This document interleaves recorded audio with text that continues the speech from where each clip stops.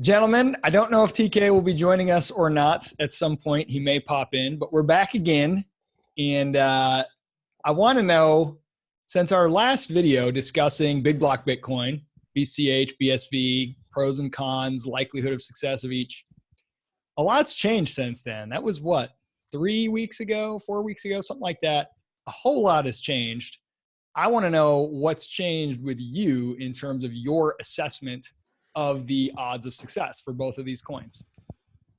Well, I have my Bitcoin Cash shirt, but I also have a Bitcoin SV mug. So I like So to sneaky. keep people So you can questioning be which side I'm on. Accused of being a shill for both. Yeah, exactly. And on your bomb shelter, you have a BTC sticker, right? Exactly. Yeah.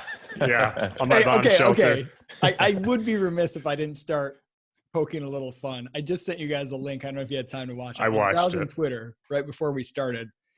And it was funny because I was just watching a few clips of the CoinGeek conference to see some of these talks that I was interested in. And then right after I popped off of that onto Twitter before we started this call, there was like a promoted tweet or something that was like a 1 minute recap of this BTC conference that apparently happened, unconfiscatable. You couldn't do a better job of making it look sad if you tried to. I mean, they like had exciting music, but the whole minute-long montage just kept being the same different angles of pictures of like 5 or 10 panelists on a stage at the same time in a very, very darkly lit room. A bunch of real sort of squirrely, funny looking like basement dwelling types. I'm not trying to rip on people, but just it was a little odd. And they just kept showing shots of them. There was because there was no audience. There was no people. No one there was there. no shots of like people milling around, talking, the typical B footage you get. It just looked really, I got to be honest, it looked really sad. Now, it was like Tone Vays and Adam Back and for all I know, there could have been a ton of people there. Maybe it was a great conference, but I saw it and I was like, wow, this looks more like a funeral, like a wake compared to the CoinGeek conference, which all the footage I saw and stuff was like, hey, this looks pretty interesting. And it had a lot of energy and life, just the colors, the aesthetic. So you can say what you will about them based on their Twitter presences, but if I'm going to go to an event, I certainly don't want to go to one with a promo video that was that sucky. Yeah, well, I'll talk about CoinGeek because as you guys know, I was there. You were our man on the ground. Did they give you a press pass as a member of this esteemed show? They did give me a media pass. Calvin and the team were very nice to let me come for free on a media pass. So that was good. Nice. So I watched that video and it was a good reminder to me what it feels like in BTC is a relatively small group of thought leaders who want to maintain their position of authority in the community. And that's really what it's about. It's about keeping this gravy train going where they can go to conferences and they can be respected, right? They're all playing that prestige game. They all want to be up on stage on their panel, talking like they're experts. But you can imagine in a world where Bitcoin actually succeeded, someone like Tony Vays has like, or Tone Vays, whatever his name, has like no authority. Like nobody listens to him when Bitcoin becomes big. It's when Bitcoin is a small hobby group that someone like Tone Vays has any relevancy. If you can't kill Bitcoin protocol changes or force them through UASF or Twitter mobs, then what happens to all those people, right? Mm-hmm. It's like an actual enterprise ready, large scale software system. What happens to them? TK just voxed me. He said he's coming on in a couple minutes. So there we go. Nice. Good. Finally. TK's coming. Steve, go ahead, Derek. Go ahead. Well, I'll let Steve go, and then I want to talk about CoinGeek. When TK gets here, I think we should give him the floor first, since we abused him last time. And we all apologize. Yeah, mea culpa. Yeah, so my thought is, these past few months have been pretty crazy in big block Bitcoin. And I was very interested to see in the CoinGeek conference whether or not there were any signs that it had moved outside of the hobby phase. Because when I look at, one of my constant criticisms of BSV is where are the actual businesses? There's cool startup projects and hobby things and proofs of concept. Okay, but where are the actual businesses? There was one talk in particular that stuck out in my mind, which was a healthcare company that was talking about putting the healthcare records on the blockchain. And they had like 3 different presentations. And they were saying, we have multiple siloed databases, and have one global database with a built-in currency would be super valuable. And they're working with InChain to come up with this system. And they were saying things like, I think the first project they're going to try to build out a proof of concept for is something about the opioid crisis. They're going to try to use the BSV blockchain for opioid-related documents. And at the end, they were saying this project alone is like millions of transactions that would be used to upload all the data and move it where it needs to be moved. And millions per day or week or something like that. Something crazy like that. Billions a year, they would say. Well, I think he was saying that the whole healthcare world would be something like billions. Right, yeah. And so that type of scale and ambition, and a legit huge business that is now working with InChain to be building something on BSV, that to me was a very big deal. So I think if they get anything that's usable in that company, that's going to be that one company like that. I think secures the inevitable existence of BSV in the future. Literally one company, and also it's going to be this huge signal, this bright neon sign flashing that BSV blockchain is now open for enterprise business, and it's being used in the real world. So that to me was a hugely bullish sign for BSV. And I know that kind of project's not going to happen on BCH because of the culture in BCH, because the usage is supposed to be restricted to just payments from a lot of the individuals, the developers. And on top of that, looks like BCH is going to fork now, because Omri Sachet is trying to do a money grab. As I was warning about for a long time, this dude is trying to become the next Blockstream. And we can go into the details more, but it looks like it's very plausible that there's going to be a fork in BCH, which I think if BCH forks, it's probably the end of BCH. So yeah, my opinions have shifted over the last few weeks. Yeah. That point about the transaction volume and the point you made about one company securing the existence of BSV, that's absolutely true, I think. I mean, and that's being there, watching them, it really drove home how important one or two enterprise use cases are. Because if you're talking about how to pay miners with large volumes of transactions, I don't think you're ever going to get there in the time frame necessary in order to do it through getting merchants to accept it and getting people to use it in payments. Like, you need some kind of large profitable reason for some big company to use the blockchain, and that was it. And that's not like some random company too. The founder has been in healthcare for a long time. He's an older guy and has started several successful companies. So he's like a legit businessman, not some fly by night guy like maybe the narrative likes to say, that these are all just paid actors. I don't think this guy needs the money. I think he's trying to just start something new. And what's cool about all of this is like the next step. It's not just the enterprise now using the blockchain. The real goal, and this was something that I saw at the conference just hammered home, was people earning money through their data. And so if you're someone with healthcare data on that blockchain, you're able to actually sell that information to companies. I mean, that's the key, because I've been thinking just more and more about the onboarding challenges and the reason why people don't want to use it in commerce. Because I use Bitcoin in commerce pretty regularly, but the reason is because I will earn Bitcoin. But the idea of buying it on an exchange and paying the fees and incurring tax liabilities and all that stuff that comes with it, and then using it in commerce for a merchant, like, that's stupid. I mean, that just makes no sense to me at all. And I think BSV right now seems to be the only one that is focused on allowing people to actually earn it in a way that makes sense. Yeah, I actually did that point about selling your data to companies. I thought this was really interesting. I was talking to Julia about it. I have no idea if this could actually be pulled off, or it just sounds good, but I do want to talk about the concept just because it's awesome, ambitious. So you think about a healthcare company, or let's say a drug manufacturer. They need high quality information. Higher quality information, the better drugs they can craft and create. Yo, TK. $5 BSV. What's happening, fellas? It's been a while. Yeah. Good to see you, man. Steve's going to finish his point, and then we're giving the floor right to you, man. Yeah.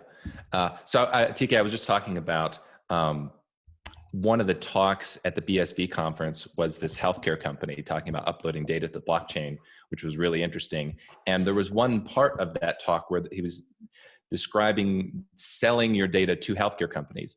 And so I thought this was a really ambitious idea that if it were possible to be able to access your own health data, either you track your own health metrics or you track your responses to particular drugs, you were to bundle that information together, that would be incredibly valuable for drug companies.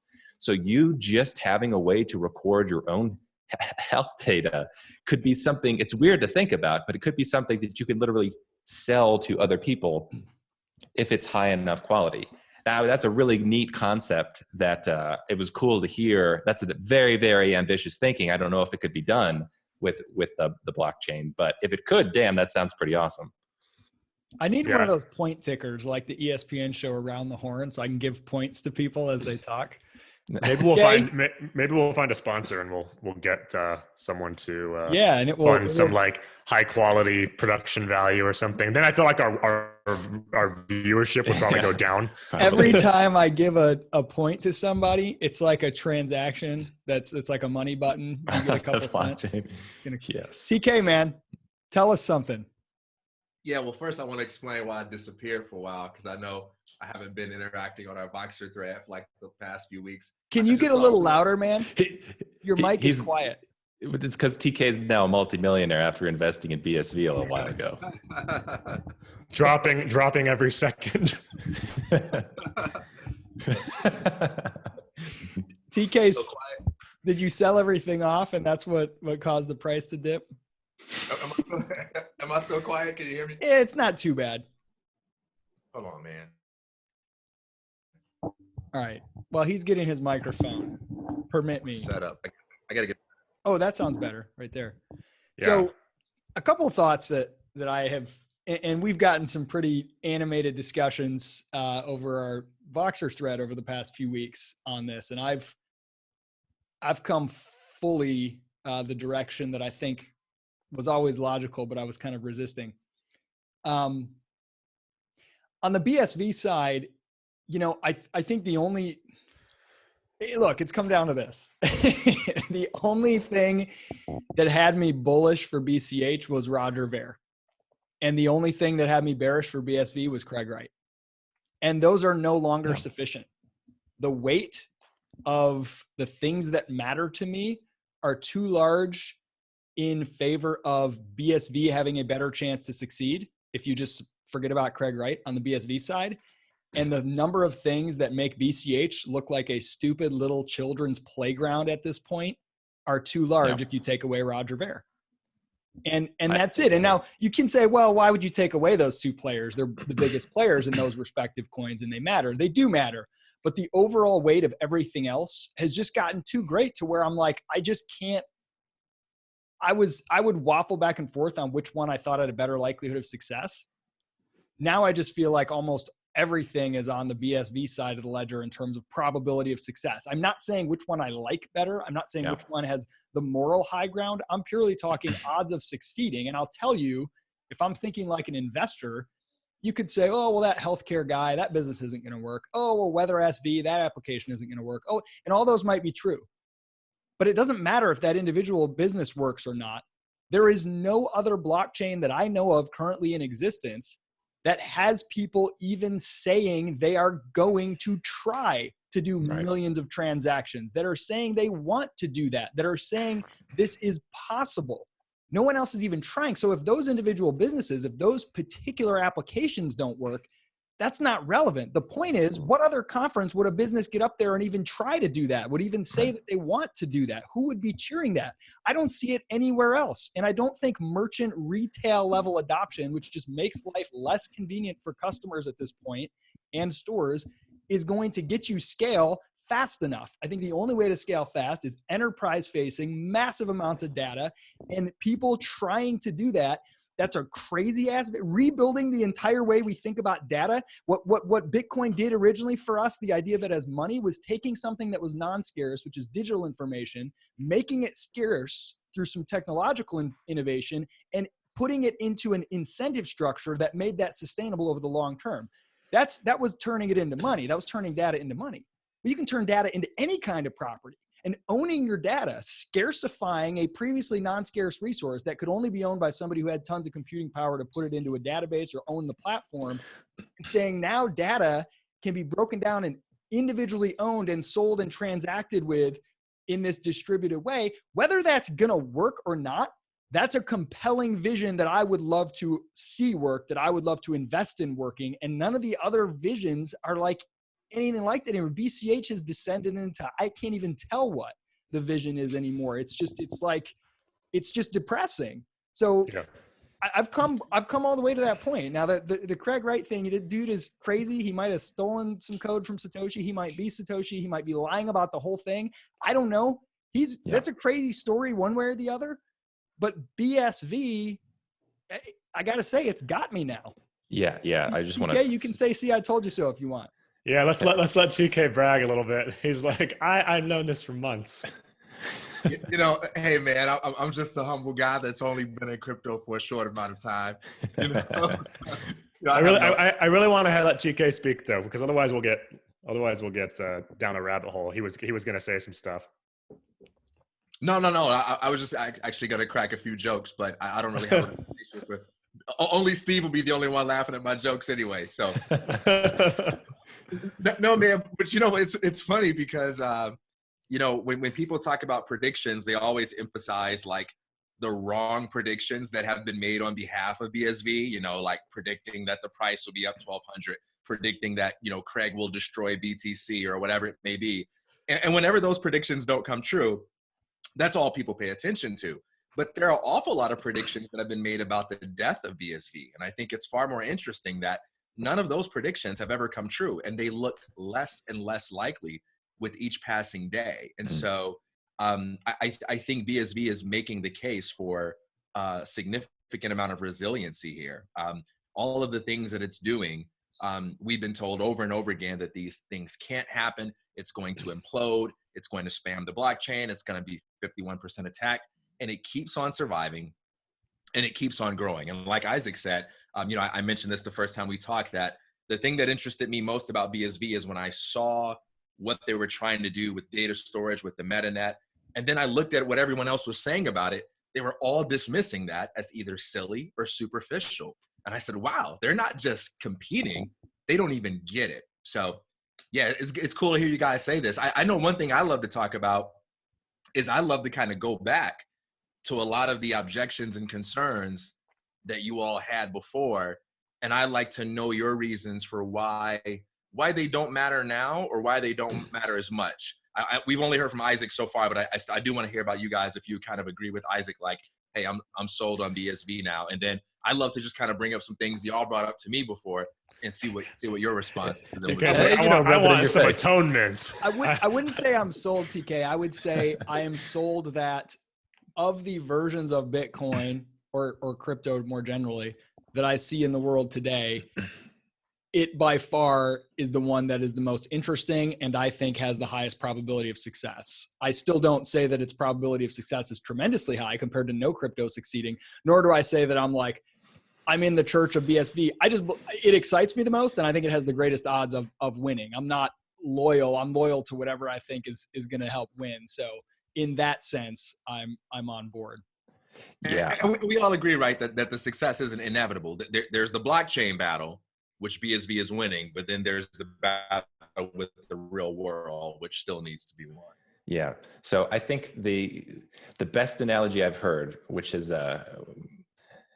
gave, TK, and it's bothered me so much because it was such a damn good analogy, was, I think it was a few conversations ago, you said it's like you got two people, one that used to be a really strong guy, but he got fat, and the other guy that's like in the gym all the day and he's gaining strength.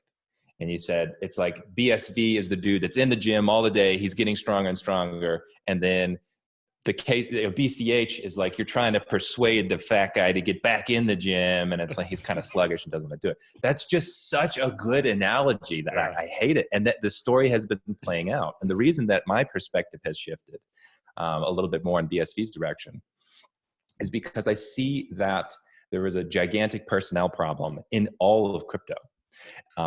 Like Isaac, you said, BCH, it's hard for you to, I don't know, lose faith in it because of Roger Ver. And then Craig Wright is the person in BSV. That seems like a big liability. I totally agree with that. But it seems to me that Craig Wright is diminishing in his relative influence because there's all these other projects that are being built on it. And now you've got this big old business that's coming in being built on it. And the culture is still, we're going to have a stable protocol. Nobody's screwing with it, which I like. So that's trending the right direction. And then in BCH, I think Roger is still probably the most influential person in BCH, but we've seen that influence does not extend far enough to prevent a coin from maybe being forked. So outside of Roger and maybe a few other people who are more behind the scenes who are in BCH that I think are great, I think the majority of people are not high enough quality in BCH to save it. Unfortunately, I just think it's a personnel problem, and the biggest liability in my mind on BSV is obviously Craig Wright, and that I think his influence, his relative influence is diminishing, which I see as a bullish sign. However, I will say one more thing. I did see Calvin Ayre said the silliest thing the other day. He said, "Oh, if you invest in BSV, you're investing in Craig Wright." And I was like, no, anything but that. that was, I don't think that was Calvin. That was, no, that was, wasn't it Calvin? Calvin responded to that. It was another guy, another guy said that. And Calvin responded, and Calvin said something about, I'm pretty sure Calvin said something or agreed with that Calvin, sentiment. I think it was someone else, but yeah. But I agree, the liability. Yeah. I mean, I agree that that's a bad sentiment. Like that's someone in BSV. It was either Calvin or someone said it. To your point, Steve, it kind of got to the point where I felt like for me to believe BCH has a legitimate chance of being something massive, it would require all of the good guys to win. And the small number, they would have to be the dominant influence in a very strong way, which isn't necessarily the best sign for a community. Whereas BSV, it got to the point where I'm like, it seems to matter less and less over time whether Craig Wright goes to prison, becomes proven right, or becomes in this muddled, is he lying, is he not? He doesn't have to win or lose necessarily for what I think BSV can do. And that doesn't seem to be true on BCH. And that's part of where the optimism shifted further. Well, I think BSV. Everyone tends to get wrapped up in the unimportant things. Like, and I'm starting to think, like, if I'm Craig, a brilliant strategy is to say a bunch of insane things or things that people in crypto will find completely intolerable and drive them away. And so that smart people see through and see the most important things that are being actually done behind the scenes. So when he's up there saying, like, anyone on my network, everyone's like, oh my God, BSV is centralized. And I'm like, okay, but he can say my network, right? But until I see some kind of evidence that he actually is going to do something insane, or he has enough power to do something insane, I don't really see a problem with it. I mean, I disagree with it, obviously, but it doesn't really matter necessarily. Whereas everyone else is going to be like, oh, that's horrible, I'll never invest because Craig said that one thing. Whereas when Amari Sachet says it's my network. When he says he's going to sell it to exactly acting on for $20 million. It's a great point. And then he to extort it. And then he writes code that changes the economics and pushes it through and says, literally in Telegram says, people are deciding that they would rather fork than pay me this much money, so that's okay. I'm like, okay. when that kind of thing is said and no one says, hey, that sounds very centralized, that sounds very dictatorial, that sounds like a complete, the reality is economic players on BSV, the more enterprise businesses that get involved under the premise that SV node is not going to change, the more economic power they have and the less likely I think things will be to change.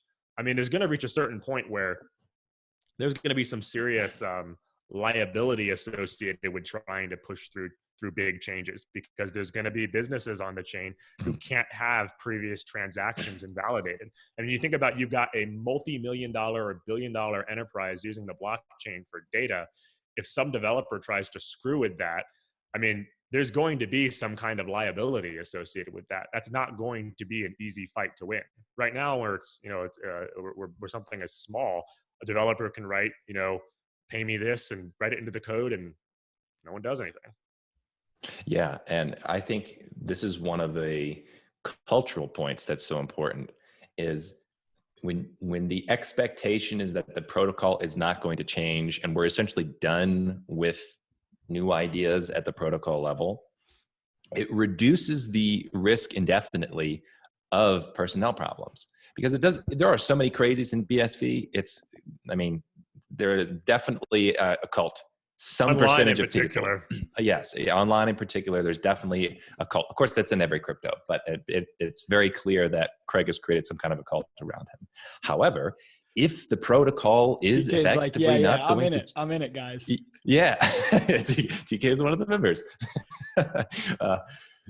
If the protocol is not going to change, and from a cultural standpoint, nobody will allow you to get away with changing the protocol, then it doesn't matter if you have a bunch of crazies. You don't have the same existential threat as you do in every other crypto, in which it's always on the table for the protocol to change. Yeah, when I have to sit around and read Reddit debates because I'm legitimately scared that a couple of Redditors or people on Telegram are going to actually influence the protocol development. Yep. I mean, that's a very scary thing to invest in. I'd love to talk about CoinGeek a little bit because it's all relevant. Like, I'd love to get some of your thoughts. I'll give you like the takes, and then we can talk about it a little bit. So the first thing, I want to say is piggyback off the point about there being a cult. It was fascinating to me when I got there, because if you go to like Bitcoin Cash SV Reddit, it like definitely is a cult. It's like there's like crazy people saying things that are absolutely false. There's people saying that, you know, they're going to put Roger Ver in jail and extradite him. Dr. Craig was right. All the fentanyl dealers are being rounded up. Yeah. Or they say things like, there was a funny one the other day where they were saying, see, Craig says Bitcoin could be seized. He's right. It's frozen. And I'm like, okay, but like the way he said it was going to be seized is completely different. All they did was arrest the guy and say Right. that they put a court order saying, if you send your Bitcoin, we're going to charge you with additional crimes. They didn't like get the miners to literally freeze it. You know, but everyone's like gloating and bragging, and it's like that has literally nothing to do with what was being talked about. It's not a miner mining an invalid transaction, right? It's a completely different thing. It's literally just like, we have a gun to your head, give us your money. Yes, that can happen. And any of the core people who think that's not going to happen, like, they're idiots. I know that narrative's been pushed. They're totally idiots, but that's different than what was being said. So anyway, there's a lot of stupid stuff online, a lot of like ridiculous talk. But then when I went to the event, I saw like 1,000 people there almost. And it was very professional. Everyone was very nice. Everyone was very respectable. I asked a lot of people about those questions. Like, what do you guys think about some of the online behavior? And I asked a lot of people this, and I asked about the stuff about government and talking to people going to jail. And pretty much every one of them, with very few exceptions, said like, that's pretty stupid. I don't really agree with that. A lot of us are ANCAPs. We you know, just kind of think a lot of that stuff's just like trolling or dumb behavior, right? It was a very weird impression to get, because if you look online, it's like, oh, BSV is just like a handful of trolls who are, you know, commenting on everything and who worship everything Craig and Calvin do. But then in person, it felt like it was the exact opposite. Now, I went to a CoinGeek event pre-split in Hong Kong, and there were more people at this event. So more people at this exclusively BSV event than there were BCH BSV, which was pretty shocking to me as well. I think the most important thing was just the level of discussion and ambition. Nobody was talking about changing the protocol. Everyone was talking about these really neat entrepreneurial ways they could solve protocol issues on top of the protocol without actually editing the protocol. It seemed like different ways to handle. It wasn't talk about what's the protocol going to do in the future and sharding and all these like highly technical theoretical things. It was like, how do we change the future of the internet and the way data is sent? How do we bring on massive amounts? And it wasn't talk about hey, we got another sticker on another hot dog stand. It was like, Yeah. hey, we're going for something huge from the few things that I saw and scanned, which again, it was just appealing. Derek, you made one comment when you were there at the conference. You said there was a couple interesting ideas about people being able to earn money for running a node from other people that want to, through micropayments. And, because it's been one of those things, well, if you make nodes too expensive, no one will run them. And the idea of running a node as and letting other people selling access to it. And you said something interesting. You said, it's so simple. That's just an entrepreneurial or economic solution to what has been perceived as a protocol or technical problem. And you have BTC and now it appears BCH.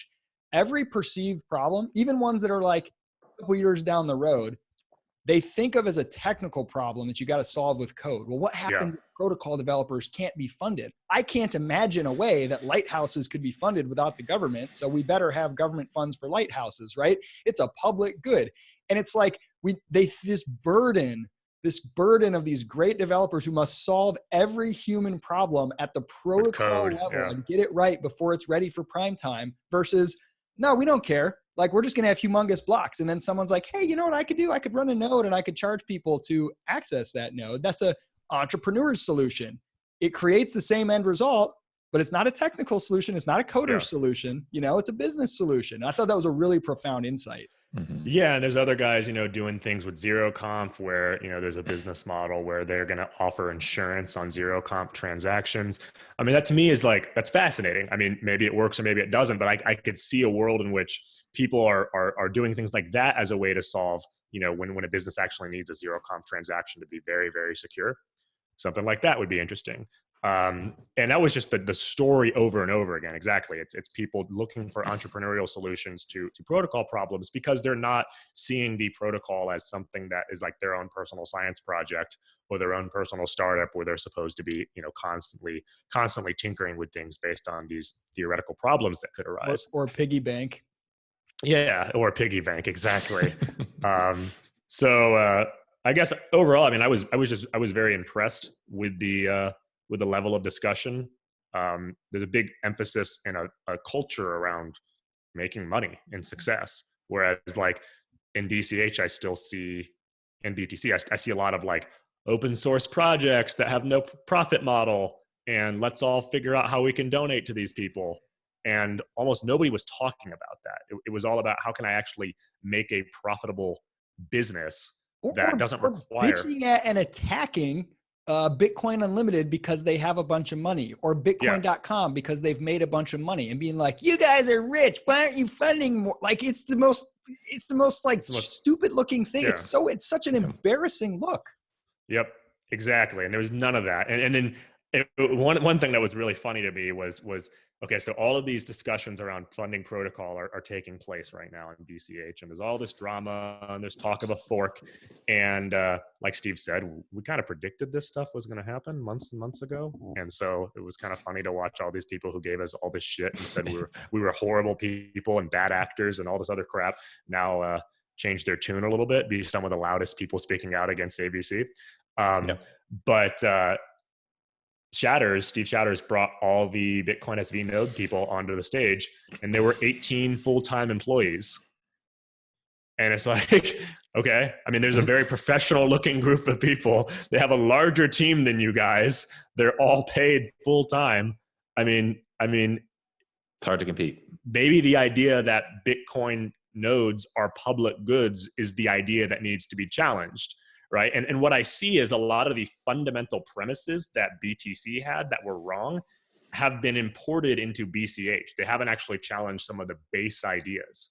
And that's one of them. And so I think as long as they accept ideas like that there are public goods in Bitcoin that are unfundable, unless we have some kind of en masse charity or tithing or some other stupid crap, then there's nothing exciting for me there. TK sitting back like, I told you so. I told you so. This whole time you're just like, yeah. Well, anyway, so CoinGeek was fun. I mean, I'm sure there's a lot more I could talk about. I want to do an article on kind of my impressions. But okay, well, maybe to TK's point, let's touch on the things that are maybe still objections or risk surfaces or points of disagreement with BSV. I'll start with one just as a humorous anecdote, which kind of highlights the overall thing.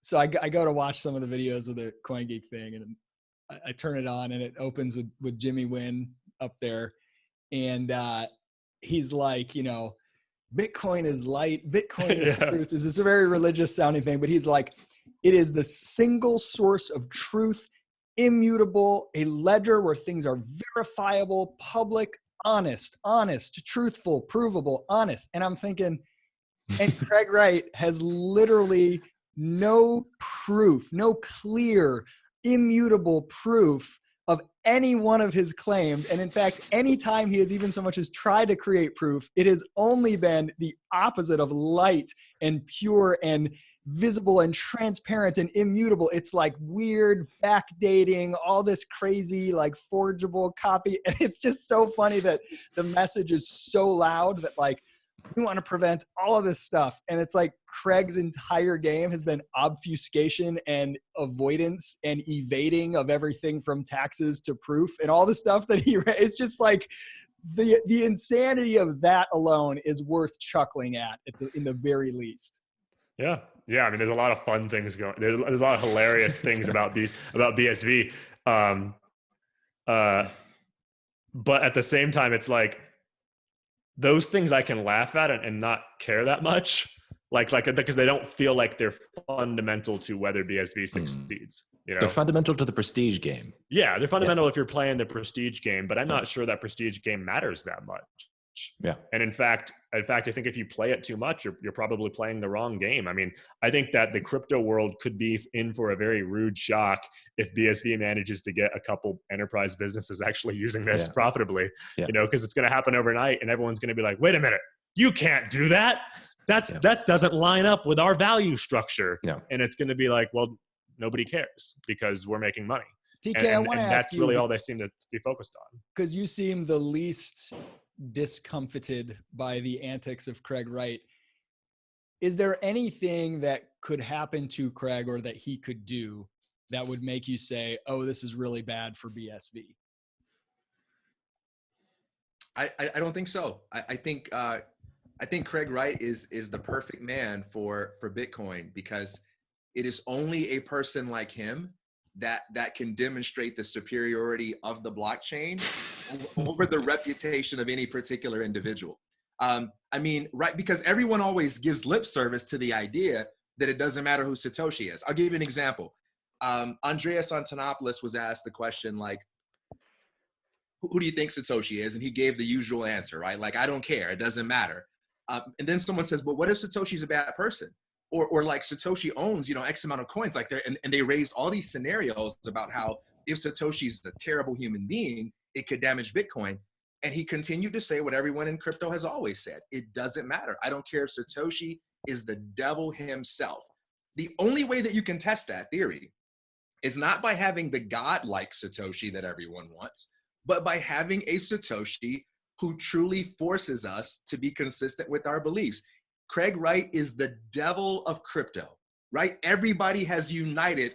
They can't unite over anything else, but they unite against this one man by calling him a fraud.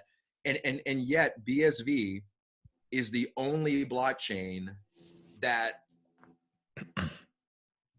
is becoming increasingly invulnerable to the concerns that we can have about a particular individual. But here's why I answer your question the way I did. In a conversation with Steve, one of the things, that I mentioned there is, I don't think people think very critically and carefully about their philosophy of implication, right? Most people think about their philosophy of justification, what sorts of reasons do we need to have for a belief, but they don't think about the philosophy of implication, like what does it actually mean for something to be true? Because some truths are just not very important. They don't really change anything. And so there are two questions we need to ask about Craig Wright. The first question is Craig correct about X? X being any given proposition. The second question is X the sort of thing that Craig needs to be correct about in order for BSV to win? And that second one almost gets entirely ignored. So much so that if Craig were to predict who wins next year's Super Bowl and he were wrong, people would actually be silly enough to use that as a reason for not trusting BSV. Well, and there's this way that, you know, you would hear that and you'd think, well, nobody would actually do that about BSV. But think, this is Craig we're talking about. He has a way of making you suddenly, because he wouldn't just predict it.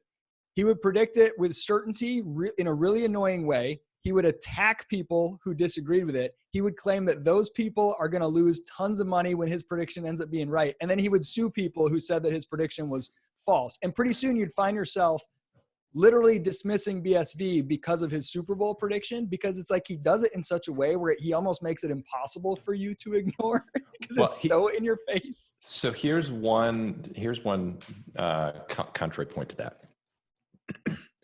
If you have a coin which is in practice centralized around one human, like BCH is demonstrating it is with Omri, then it becomes important to get a bead on the reasoning process of that individual who has that power.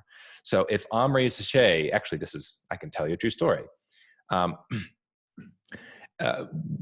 think part of the reason I was banned from this discussion channel is because I'm unimpressed by most people's claims of mathematical knowledge. Because I've researched this area from a philosophical approach, I have discovered a shocking truth that a lot of contemporary mathematical claims are based on dubious philosophical assumptions that go totally unexamined. And so when this thread before I was banned, there were several people who were trying to say that, you know, my ideas are totally crazy, and they revealed they hadn't even the most elementary understanding of the subject matter. Omri Sachet equated mathematical intuitionism, which is a philosophical approach on what math is about. He equated it with flat eartherism, and was saying, well, I you know, this is like flat eartherism, and I'm very good at mathematics, and blah blah blah. And so what that is very important for me when somebody makes a confident incorrect claim like that, because they reveal that their method of thinking is dramatically flawed, at least in that area.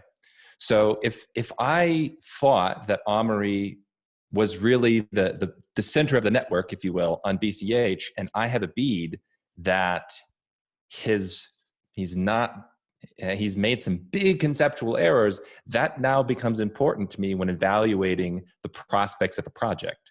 So if Craig is actually the dude who's at the center that controls things, and we have a bunch of information that he truly believes his incorrect predictions, now that becomes important. Now, I'm not sure that Craig truly believes his predictions, like Omri believes that mathematical intuition is like flat eartherism, but that would be one justification for saying, hey, look, this person is doing the crazy talk and they're this important figure, so maybe there's a problem with the project. Yeah, I think when we were sort of looking at things back in like September, when we both kind of started talking a lot about, oh my God, this is going to get really bad very quickly.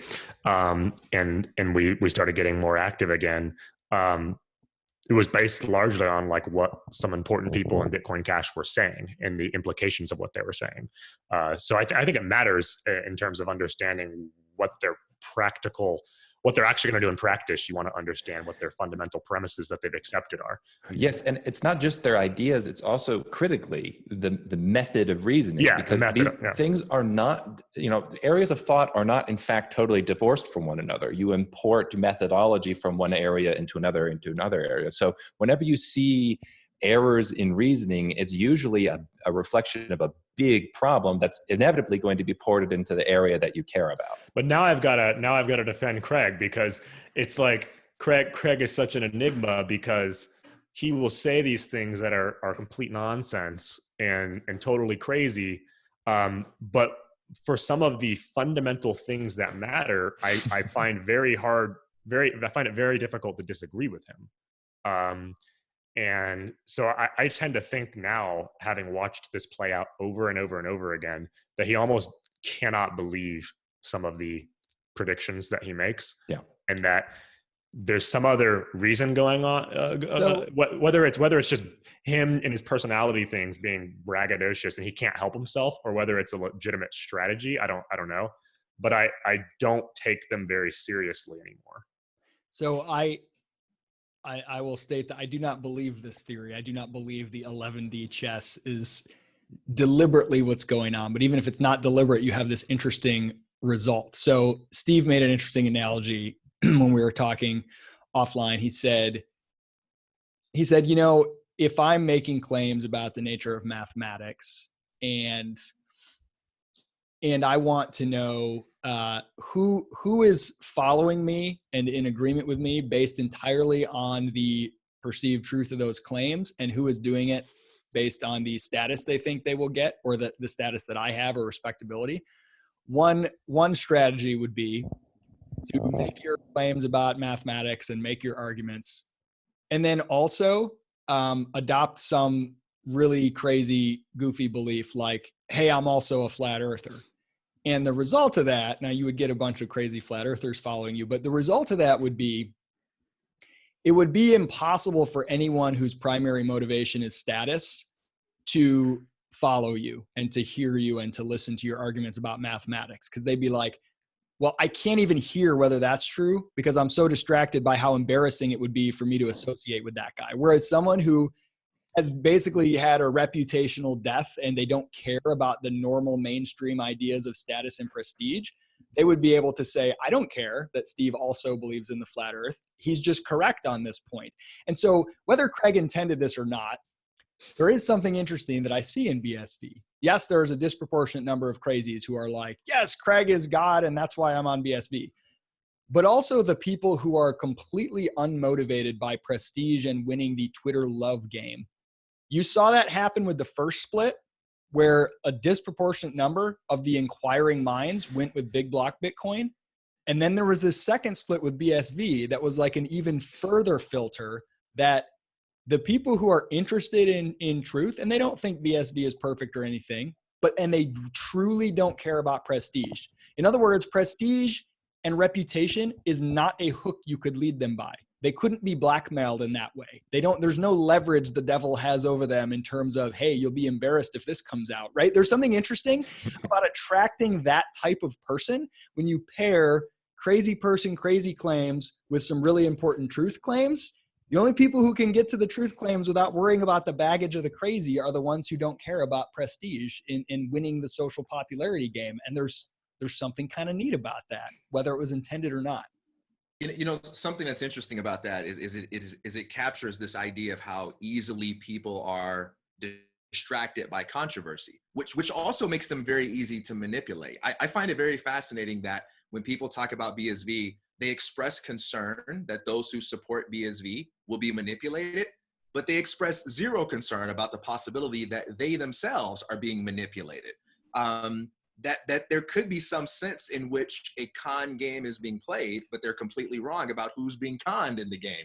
So I'll give you an example of how people are easily distracted by controversy. I was watching a documentary about the Green River Killer. This was a serial killer that killed like over 40 people before he got caught. Number might have been higher than that. And one of the people that was instrumental in helping apprehend him was Ted Bundy, who was a terrible serial killer himself. In fact, at one point in the FBI's history, they just really didn't have a concept for serial killing. It was just like this weird phenomenon. And they had to do a lot of research to be able to understand the mind of such a person. And the people that were most helpful to them were people that were in prison, convicted of crimes. They were some of the worst, most despised people. And they were the ones that gave the information that was essential to be able to stop a lot of crimes. Now, if you were the kind of person to say, oh, no, I never accept any information unless it comes from the kind of person that I like, that I deem uncontroversial, you would have literally lost out on an opportunity to save lives, right? Or even if you didn't play the moral card and you said, well, the incentive for these prisoners to lead us astray is pretty high, and the consequences if they do is pretty low. I don't like their track record and their incentives. Yeah. Well, this is like what's been going on in BCH for so long. This is why Steve was banned from that or kicked off that discussion. He got canceled, right? And this is why, like, just the other day, Roger had posted something that I had shared on Twitter, and it was literally just a Mike Hearn quote. It wasn't even a statement from me. It was from Mike Hearn. But someone literally commented, "You are sharing too much from Derek McGill here. He is a BSV spy. You should be sharing more deserving leaders within the community." I'm so like, okay, like, no, it was literally like a cry for redistribution of Roger Ver's attention to those most deserving. and it's like, I'm so either pathetic. right or I'm not. And it's not even my statement. So Mike is either right or it's not. But because I'm the one who shared Mike's message, it shouldn't be trusted. It's not from a reputable source because some people in BCH have determined that I'm a spy for Calvin Eric or something. You haven't like shown that. your loyalty.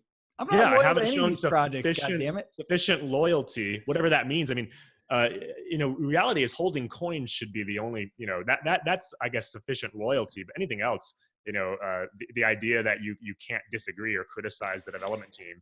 Yeah. Express that one other coin may be doing something right. I remember very clearly with the BCH BTC split that the amount of people, the loud people in BTC, the loud shrill people, versus the amount of loud shrill people in BCH was totally unequal. Like BCH had the rational minds who were carefully explaining, look, this idea is wrong. This idea is wrong. This is why we're going to go with BCH. It was totally disproportionate. And I remember that too, because way back in the day before BTC became a cult, there was still a lot of really rational minds there. And you could pick out the rational minds because they say rational things. And now in BCH, there are very few calm and rational minds. Roger is one of them, though, because on the thread you're talking about, he said something akin to what you just said, like, analyze the ideas for themselves, guys. It's such a trivial, basic, rational point. Analyze the ideas for themselves. And yet, it has to be stated by somebody in his position because things are so tribalistic, dogmatic, and irrational that Roger's getting flack for sharing Mike Hearn idea. I mean, how far screwed up can a community be? And I do see that. Exactly. So now, there's a whole lot of irrational people in BSV, but I do think the general point that we're all making is if you're in BSV and you're not a culty, you have to have a really strict rational method to get past the controversies, the distractions, the Craig Wright circus. And yeah, maybe that's some kind of meta selection mechanism going on here, which I hate to say, but it sure does look that way when you compare the health of the relative BCH and BSV communities. Well, and one thing that Craig has ended up doing, maybe it's not intentional, but in him acting the way he does and in saying things that are so offensive to a lot of people in crypto, including sometimes us, he has made good ideas unpalatable in BCH. Yeah. So like Roger had to tell people this too.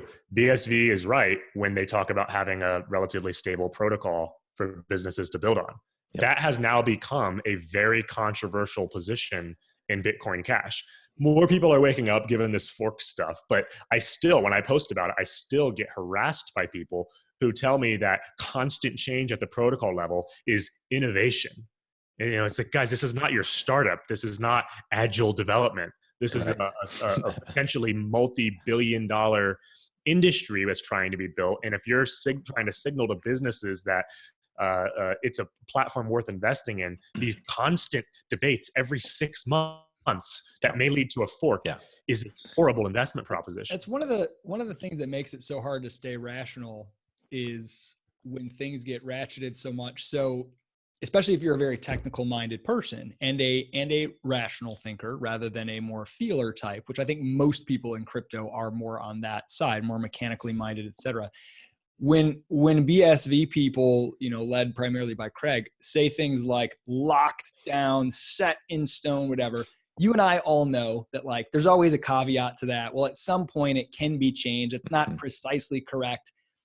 And so people who are technical, they'll latch on to the fact that that's not technically true. And then they will spend so much time trying to shoot down that talking point that they will end up adopting the opposite talking point of like, no, it's just in perpetual flux and it needs to be in perpetual flux. Right. What they miss is that from a practical standpoint, whether or not you technically can make changes to it, the idea, the sentiment saying we're doing everything in our power to make it stable so when you build on it, you know it's not going to change. And we want to incentivize that stability above all else. That matters in a pragmatic way, even if it's not 1,000% true all the time. And turning the opposite way just because you're like, well, you can't actually technically do that 100% of the time. So instead, let's just say the protocol is always changing. It's like, you know, you get so caught up on calling out somebody for being technically in error that you miss that they're right where it matters in a big sense. You know what I mean? That's 100% correct. I sympathize with that because I have a split brain. Half of me is much more on the autistic technical mind, let's say. The other half is aware of the things that you're talking about. It's actually been a kind of a long and painful process to become aware that the extreme focus on linguistic precision, sometimes you can miss the important truth because you're focusing too much, way too much. So I see that all the time in my own thought as I'm constantly growing out of it, but also in BTC and in BCH. I did have one other thing to say, but Derek, go ahead and then I'll come back. So TK, I got to give you credit real quick because you and I have been debating this back and forth. The degree to which the vulnerabilities in BSV really matter, you know, Craig Wright doing this and blah, blah, blah. And for a long time, I was trying to grapple with those in a sort of theoretical way as like a fan of Bitcoin, as an outsider who's curious and trying to predict the fate. And yes, I have a little skin in the game in terms of, you know, ownership of Bitcoin, but it's more of an exercise in what's the right way, which one's going to win. And what changed was I started to get really curious about, in a very hard, like concrete way that I hadn't been before, about building businesses on top of Bitcoin. And when I started to more and more be like, this is something really interesting here. This is maybe something I'll want to look into. You know, I'm busy building a startup right now that has nothing to do with and isn't built on Bitcoin, but thinking about it, what would that be to build a business on Bitcoin? When I stepped back, completely detached from arguments and feelings and what I wanted and communities and all my knowledge of crypto, and said, which one would I build on were I to build an actual business? It was hands down. It was no contest. I could not make a rational business case for anything other than BSV because it's explicitly screaming at me, we want you to build on us. We're building APIs for things like Money Button and all these other things to make it easier so you don't even have to know how to code as much. The protocol is going to change. You can do any amounts of data for tiny transactions. You can do all this. It's like no other, I can't trust that the other protocols are going to be usable in 6 months. And when I just thought of it as an actual entrepreneur, like if I'm going to go build something, it just made me realize that, yeah, all those other things pale in comparison. Yeah. Yeah. When you start getting into you start thinking about, well, what would it actually mean for me versus trying to think about all the theoretical things. And it was pretty similar to me as well. When you just step back and get rid of the personalities and just think about what one actually lines up better with how I would want to be using Bitcoin. It's pretty much no comparison at this point. And that's really sad because I think that things could always change. I mean, I do. And I think that there's a lot of good people in Bitcoin Cash, and there's a lot of businesses and people that I respect tremendously. And the whole idea of a split big block community really pisses me off. But seeing these discussions over the last several weeks makes it very clear to me that the level of dialogue and the focus within the respective communities is night and day different. And that the BSV, the people involved in BSV, not the people who you see online, but the people who are actually building things, have a far better perspective on maybe things. You could say anyone whose profile picture is not a picture of Craig Wright is the ones you're talking about. Yeah. And that was, and it's kind of like when I went to that conference, I expected to see more of that. But in fact, I didn't see almost any of that. I mean, I saw very little. It reminds me of what I wanted to say. It's related to this, that I think this is evidence that a successful project like crypto cannot be led by developers. In general, the developer mindset is not structured the right way for massive real world success, unless you're completely exceptional like a Satoshi level. And maybe not even then, depending on Satoshi is. Because it comes back to the thing you were talking about, Isaac, about the insistence on technical precision. So for me, and somebody who's interested in philosophy too, to say the protocol is locked down bothers me. Like, I can't say that because it's not true, right? However, if somebody is more strategic and cares more about the real world, to summarize the position and create the culture that you're trying to achieve, to phrase it as the protocol is locked down, is a way, way, way, way better way of doing it. If you want to persuade people in the real world and have them just repeat the thing, oh yeah, BSV, the protocol's locked down, that's a better way to do it. And you're not going to get that type of language and even marketing from the more technical. Well, you noticed there was a good video by Daniel Krawitz a while back. It was like, I think I figured out N-Chain's business model. And he actually talks about this too. He was basically saying, I'm seeing them simplify things for people. They're speaking to a different audience. They're not speaking to these crypto people. They're speaking to an audience of people outside of that. And then when they say things like miners choose, protocol lockdown, these things, like we know already that yes, miners in theory choose, and yet it's a lot more of a messy process in practice. And it's the same with protocol lockdown. The reality is the protocol is not literally 100% locked down, and yet in practice, it could end up being mostly locked down. And these talking points, these marketing, that matters. It reminds me of, I'm really big on the idea of like category kings, or companies that create a new category and then dominate it. And when Salesforce emerged onto the scene, they basically created the category of software as a service, of cloud-based software services. And, you used to have to buy any enterprise software. You'd buy licenses and install them on individual machines, or install them on a server within your company, and you'd pay for these. And you had to have it all stored locally. And Salesforce came on the scene, and their big campaign, it was the word software with an X through it, like no software. And it was a no software campaign. Now, anyone that knows a little bit about tech knows that it's not true. It's not no software. There actually is lots of software involved. But if they would have led with like a reduction in software overhead and a partially, non-local based CRM, it makes no sense. It's not a new category. It's not a marketing hook that people can connect to. And the no software movement, techies that know, well, yeah, that technically Salesforce is lying. There is software, like I got you. Actually, they don't matter, because what are the people at the enterprises making the purchasing decisions? They're like, no software. Oh, thank God. Let's do it. A subscription service where I can just stream all this stuff and let's do it. I'm in. They don't care about the technical side. They get what you're trying to communicate to them.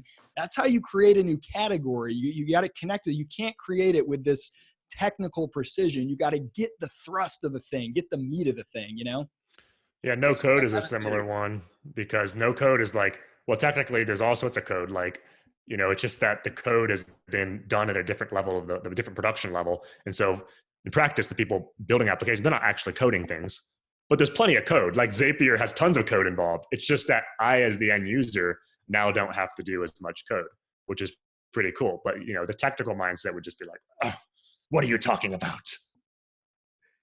All right, I got a theory I want to propose.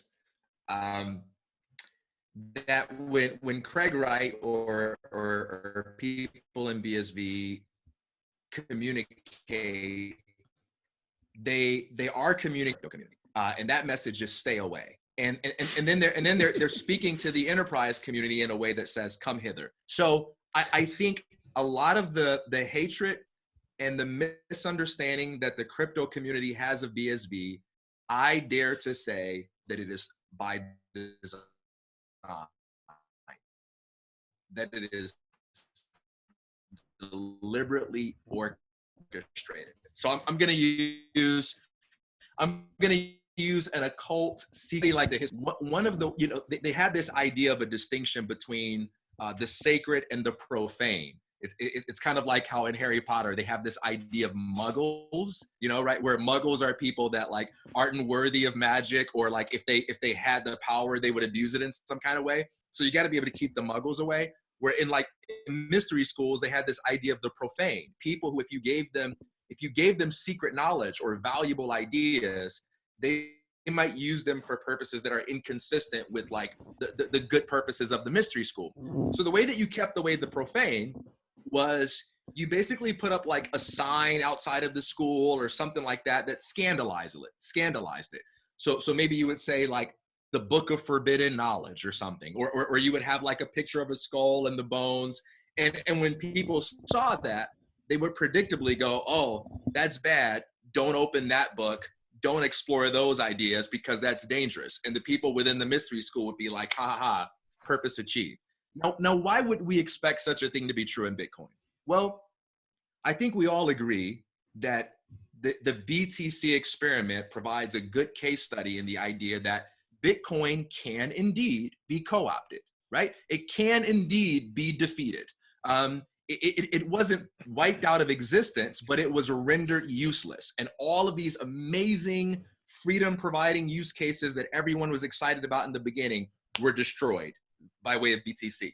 And if we assume for a second, I know it's a gracious assumption for everyone, but if we assume that Craig is right in that he's really pissed off about what happened to his creation, right? That he created something to do all of these wonderful things.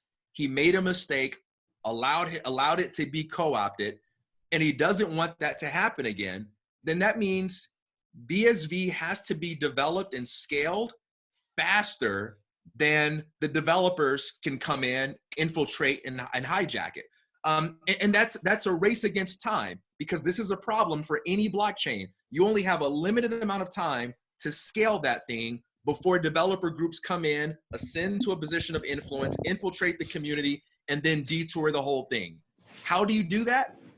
I can't think of a better way to do that than to build in such a way that the entire development community in crypto looks at your project and says, nothing interesting here. This is all a fraud. This is all stupid. This isn't going anywhere. That guy's dumb, technobabble. He doesn't know what he's talking about. And in the meantime, you have your centralized group of developers, and you build as quickly as possible. And the way you achieve decentralization is through lockdown protocol and scaling it quickly. And now any individual or group of developers is irrelevant. I think it's a brilliant idea. You think that's intentional then? I think that's intentional. I think it could be. I think even if it didn't start out intentionally, it could be now. I mean, I wouldn't have believed that something like that prior to BCH taking the route it is taking. And it feels like BCH has basically been co-opted again. And seeing that now makes me very, very skeptical of any crypto project that relies on the existing crypto community and the existing players to build itself up. Because it seems like there's always going to be these people coming back into the projects, or these ideas are going to continue to influence things. I mean, maybe the only way to succeed is to just bypass these people and just recognize that it's been 11 years of the same people trying to build crypto and it hasn't worked. Maybe it's time to try something different. And one thing that helped me come to this opinion too was just reading the old Bitcoin Talk forums and reading all of Mike Hearn's stuff. I was just so impressed by what a rational thinker he was and how much he was predicting this. And he actually says at one point, this is going to happen over and over and over again. And whether it's about the block size or something else, it's all going to be the same thing with projects being co-opted again and again and again. And we're going to have these debates, and it's going to seem at surface like a different thing, but it's going to be the same fundamental problem over and over and over again. And I thought, man, like maybe he was right. I mean, at this point, it feels like he was very ahead of the time. He was prescient, and his AMA is also excellent. And he says, just kind of like TK, he says things that are true, like painfully true. He points out exactly what the problems are.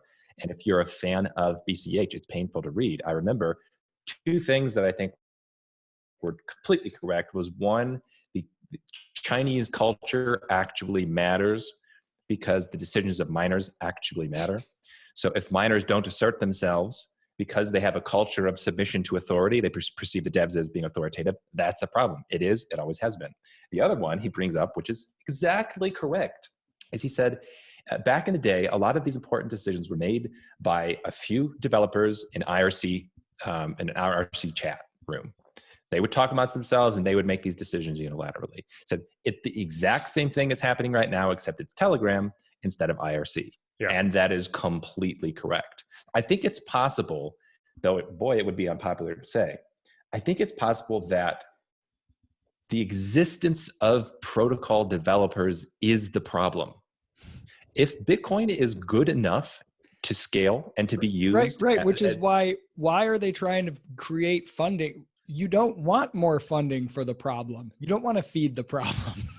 That might legitimately be the problem, that this group of people is trying to achieve some level of technical beauty and proficiency, that they are forever going to doom any businesses that are trying to be built on top of the protocol. So if you have something that's good enough and you don't have any more technical protocol development or any relevant protocol development, that actually might be the way to succeed.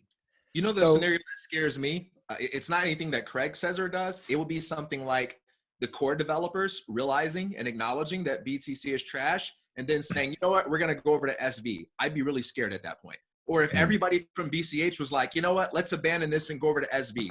I think that's the biggest threat to SV, is to have an influx of all of these influencers and developers. You want those people to get the point when it's too late for them to have influence. That's a great point, TK. Sorry, I know I keep talking. I'm just going to keep interrupting all y'all. I've got these great ideas you can listen to. Yeah, I come from an interrupting family, so I don't know.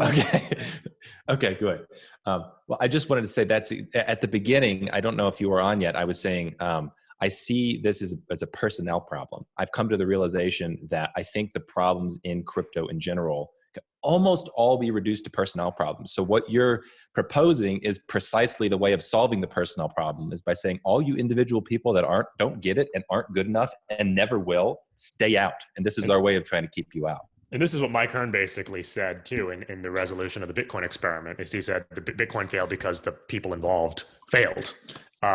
He also said at one point, this is prior to him actually leaving the project, but he said, you know, at a certain point, I'm just going to have to start throwing my weight around and telling people this is how it's going to be because everybody else is wrong. Right. And I think he was right. I mean, I think he's been proven to be right. So I agree. I think it's almost entirely a people problem, and you want to be at a point where it can't be a people problem anymore. Right. And the only way you do that is through not having the protocol be something that people are constantly changing. But if you're changing every 6 months, you're guaranteed to have personnel problems. I mean, there's just no way around it. It's like creating a large and powerful government. You're guaranteed to have an explosion of rent seekers. So to get rid of the rent seeking problem, you don't chastise people for rent seeking. You reduce the scope. So two thoughts. First, everybody should go look at Breaking Satoshi, Derek's newsletter blog. It's phenomenal. And when you started sharing a lot of these Mike Hearn quotes, I'm not going to have any conspiracy theories here at this time, but damn, he sounded a lot like Craig Wright sounds. A lot. Yeah. Okay. A lot of so ways much I ever expected. And I'm gonna share a big document soon where people are gonna be so shocked of the stuff that Mike was saying in 2012. But the thing about Mike is Mike doesn't say things with that tone of like glee. Yeah. Like, you're going to Thai jail. Yeah. You're gonna get bent over and whatever. Like Mike doesn't talk like that. But Mike actually has some really good points. And he was making a lot of the points about the anarchist influence in Bitcoin as being, even though we're all ANCAPs here, I think, like as being maybe detrimental to the project. And he was bringing people's head back to reality a little bit. We bring, with our, and I mean, I've struggled with this as an entrepreneur and just in a lot of ways, with my passion for freedom and voluntarism and undermining of state power and whatever, you can sometimes see positive developments and project them into the future, and you see, oh my gosh, this is the thing that's going to absolutely be the undoing of the state, and you run with it in a way that's unrealistic, and you sort of gloss over the little problems it's going to encounter along the way. And so I think we saw Bitcoin and we took it in our mind to this end that we want to see, which is like statelessness, and kind of forgot some of the fundamental properties. Like it's never really been private. It's anonymous. Yeah. There's like it by itself. I hope for a world of statelessness, but by itself, there's nothing about Bitcoin that demands or requires statelessness. Like there's a lot more at play. Sometimes that's. I find a lot of the things that Craig says about Bitcoin in regards to like law and the state, I find them to be true. Like even if I disagree with them from a moral perspective, and that's what Mike was talking about. Mike was saying, look, I don't like that a lot of these laws exist. He's like, I think a lot of the AML, KYC laws are draconian and stupid. But the reality is they do exist. And if you are a business who's trying to actually grow and be successful and not just be some either like darknet thing or mom and pop shop, you're going to run into KYC issues. And if you don't comply, you're going to get screwed. And he really hammered this home point through over and over and over again over the course of a dozen or so messages that, look, building money that deliberately tries to get itself outlawed by the state is a bad idea. And I you will tend to agree with that. And I think we're seeing now is, I think, and I applaud the fact that there will always be some form of crypto or multiple forms that are outlets for at least temporary evasion, like pirate radio stations that were illegally broadcasting, and they had to keep moving around on ships or whatever to avoid the BBC shutting them down or whatnot. That will always exist, but that will never become a global massive thing because it's got to keep changing shape and form to keep evading the law. But the other point I wanted to make, it's just sort of an observation. I don't know where I'm going with this exactly, but Derek, when you were sharing some of your experiences from the CoinGeek conference, and now that I've seen some of the video and seen some other evidence of it, though I wasn't there myself, I get a basic idea. It reminds me of whenever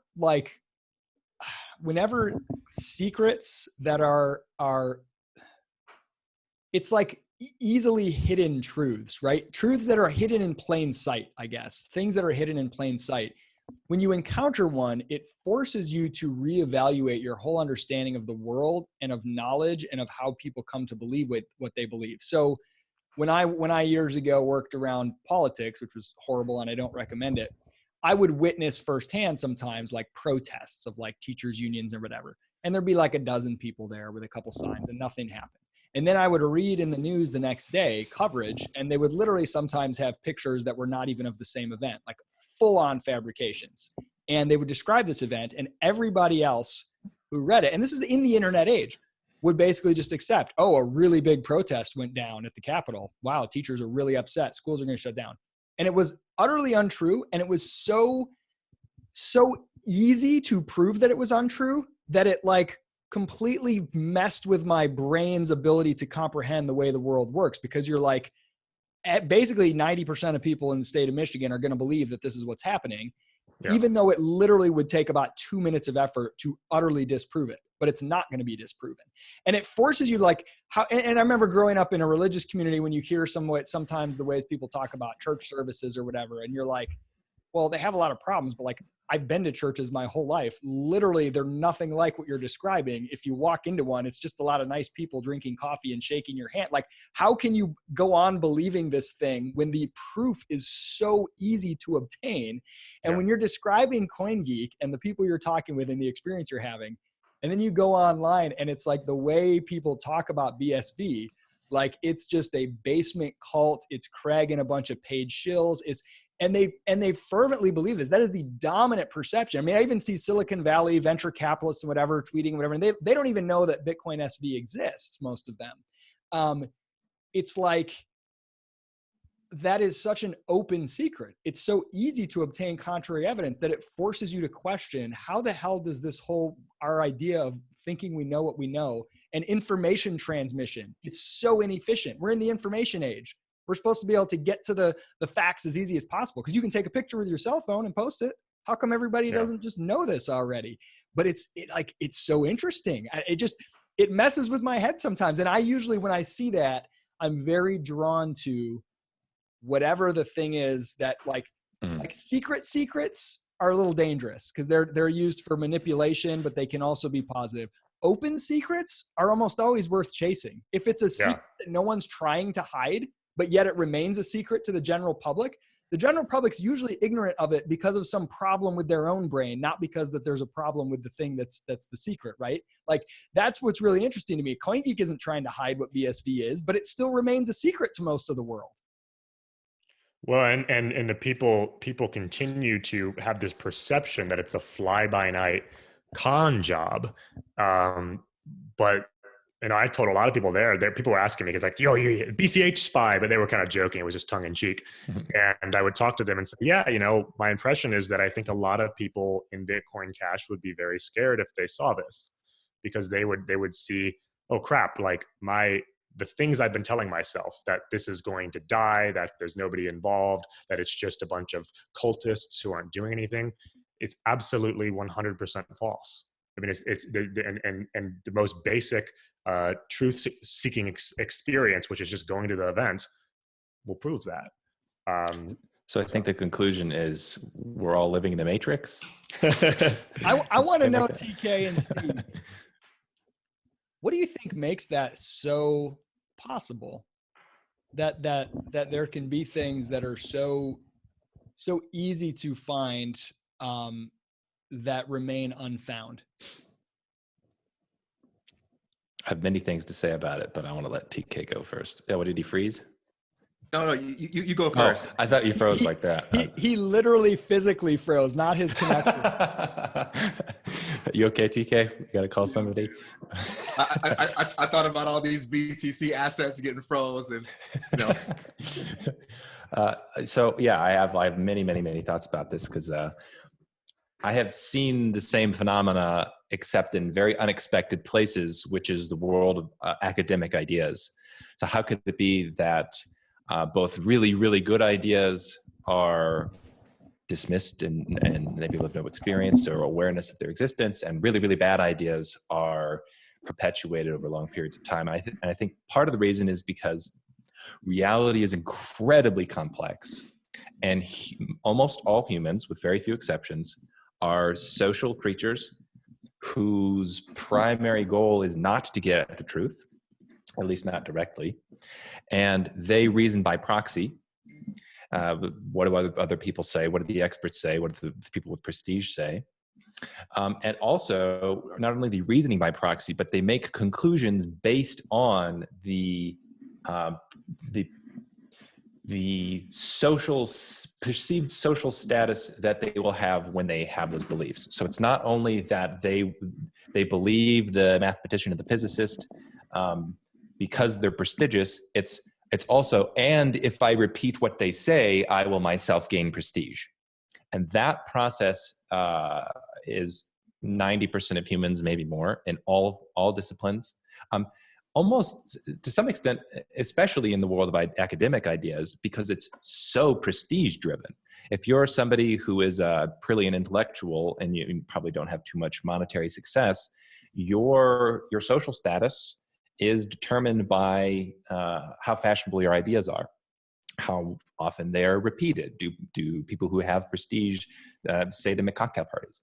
And so I think it's the same thing in crypto, that almost nobody on planet Earth is independently thinking. I mean that seriously. There's almost nobody out there who is deeply thinking at the most fundamental level and going to arrive at these conclusions. I think in practice, even the people who maybe have found the secret truth of BSV, if we can call it that, a lot of them are going to be in the same boat. They are looking up to people like Ryan Charles, or Daniel Kravitz, and they're thinking, oh yeah, these are the really smart people, and so yeah, I'm gonna go along with what they say, and we're all the smart people, right? And they're not independently thinking themselves. So that is one of the huge reasons I see for these truths being buried for so long, is simply people aren't thinking about them, and we're social animals.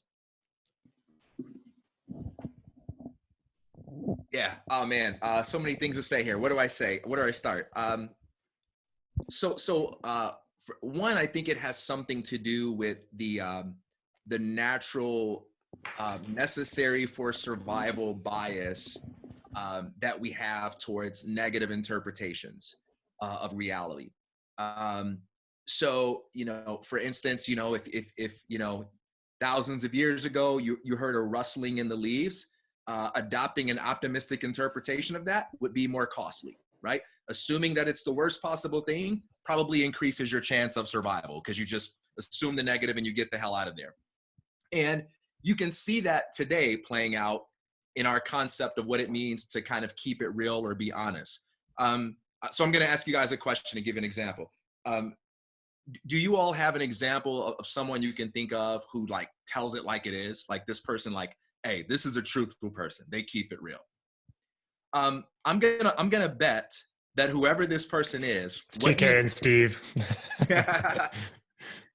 I'm gonna bet that even for the people that are viewing, whatever person came to mind for you, it's probably the kind of person who's willing to tell you harsh sounding things that you don't want to hear. And they're so committed to the truth that they're gonna give it to you straight, even though it makes you feel bad. Right? Am I right on that? Yeah.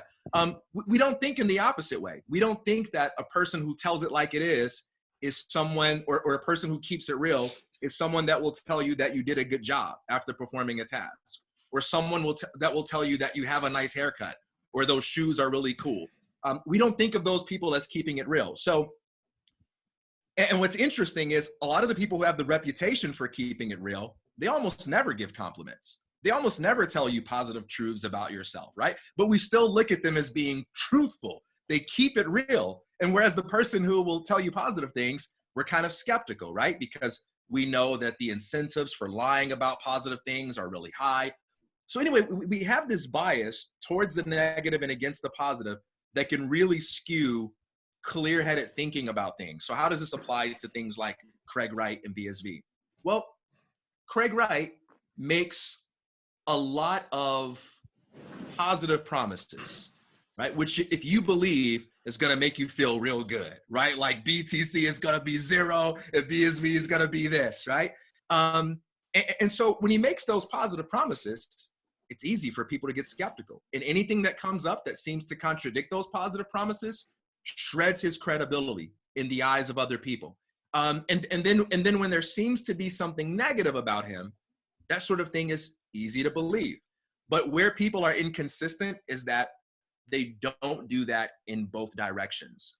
They completely ignore things like the consistency of maintaining the roadmap. They completely ignore all the other types of things that come true because of this bias against negativity. But all right, I botched that point. I don't think I communicated that well. I regret even saying that because I felt like I was blabbing. Let me give something else. Hey, let me just speak some truth to you, TK. You didn't botch it. Let me give you something else. I think there's a difference between thinking as a spectator and thinking as a user. And these distinctions are not moot points because different amounts of information become available to you based on how you're thinking. So for instance, anyone that's ever embarked on a new diet knows, they find out very quickly the importance of making a distinction between diet-friendly labels and the details you recognize when you actually inspect the ingredients, right?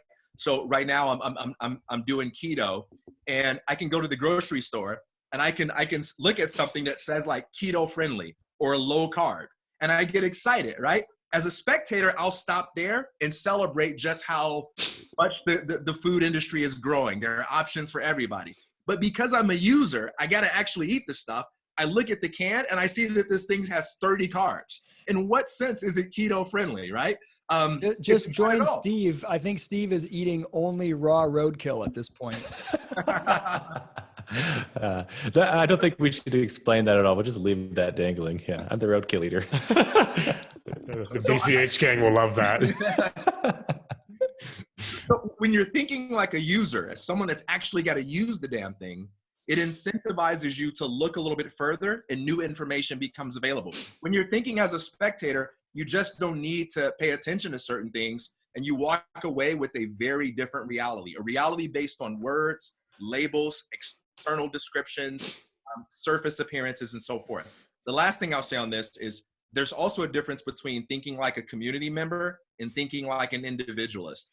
Dallas Willard, who was the chairman of the philosophy department at USC and was also a religious person who argued for the existence of God, he made what I take to be a very profound statement. He once said, breakfast is a good idea, and I don't intend to abandon it simply because atheists practice it. And he was addressing something that's very prominent in religious circles, and that is a fear of embracing ideas if those ideas are associated with people who are of a different ideological camp. And when you think like a community member, you don't give yourself permission to go down certain philosophical paths because the social cost of believing those things is too high, and will cost you, membership in a tribe. But when you're thinking like an individualist, you say, look, I'm not a tribalist first. I'm looking at the truth as something that gives me advantages. And so I'm free to believe whatever the evidence supports. And it doesn't really matter how many people make fun of me for that. And if you look at everything about BSV right now, if you went on Twitter and you said something positive about BSV or BSV or Craig Wright, you're probably going to get more hate than love. And it's probably going to cost you something, But if you go and make fun of Craig Wright, all the crypto influencers, most people in crypto will love you for that. And when you're thinking like a community member, it's just harder to notice the kinds of valuable things that only an individualist can see. So I'm gonna make one comment on that, and then I have a question I want to ask Derek. It's like there's a form of blindness, and I don't know if this is actually true, but I remember I went down a rabbit hole one time about language and concepts, and I think it might be the Sapir-Whorf hypothesis or something like that, where if you don't have a word for something, since most of us think linguistically, then like you literally can't see it in the world. And different tests with different languages that don't have like passive forms of certain action verbs, when they see a picture of someone kicking a ball, they like literally can't see certain whatever. And some people have claimed that when the first ships from Europeans came to the Americas, that some of these, some of the natives in South America or Central America looked out on the water and literally didn't see the ships. Now, I don't know if that's true, but the idea is that you can actually be blind to existing things in the world if you don't have an existing concept or category for them. And those concepts and categories are sometimes formed by constant reinforcement. And when you think of the social media age, the dopamine hit of a like, of a follow, you get these concepts so fragmented that you can literally look at something like, let's say, what's happening on BSV or whatever. That's one example. Maybe what's happening on BSV isn't that special or whatever. I'm not trying to claim that entirely, but you can look at it and not see it. You can literally look directly at it and not see it. And that's a really powerful thing. And it's a humbling thing. It's a good caution. It's a good reminder. So Derek, my question for you at CoinGeek. I just got to interrupt you, bro. I'm sorry. Go ahead. I'm a terrible habit. I know. I just want to piggyback on that. So we're talking about processes of reasoning. This is the thing I'm obsessed with. And there are good processes of reasoning and many, many, many, many bad processes of reasoning. You've just pointed out one. There's another one, which is so applicable in crypto and in a bunch of other areas, which is this sincere belief. It can't really be the case that the people I consider to be experts, that other people consider to be experts, could all be wrong about this basic thing. That is the process of reasoning. If I had to kind of define part of my philosophy and brand in this, it's playing out the implications of what if that belief is wrong? What if it actually is the case that we live in a world in which time and time again, the people who conceive of themselves as experts are confused about the very basics. That's something that it's an intellectual process that almost nobody in the world can run about anything, but especially in crypto with BSV. Derek, how many people at CoinGeek, does everyone at CoinGeek believe that Craig Wright is Satoshi? Yeah. So, okay. First, I just want to say too, just about this reasoning thing.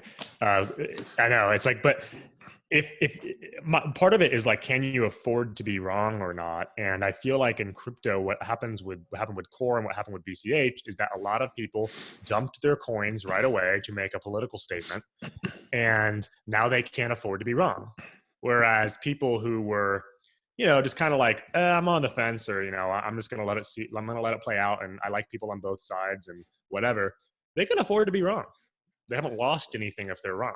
And I personally want to be in that kind of position where, as long as possible, where I can afford to be wrong as long as possible. Now, if you are very confident, it's worth maybe taking a bigger bet. But I think a lot of people put themselves in a really bad position to where now it's been over a year and BSV is still around and the price has increased and the ratio between BCH and BSV has increased. And now they're like, oh crap, like maybe I made the wrong decision, or at least I can't afford to be wrong. So anyway, I think this biases your thinking.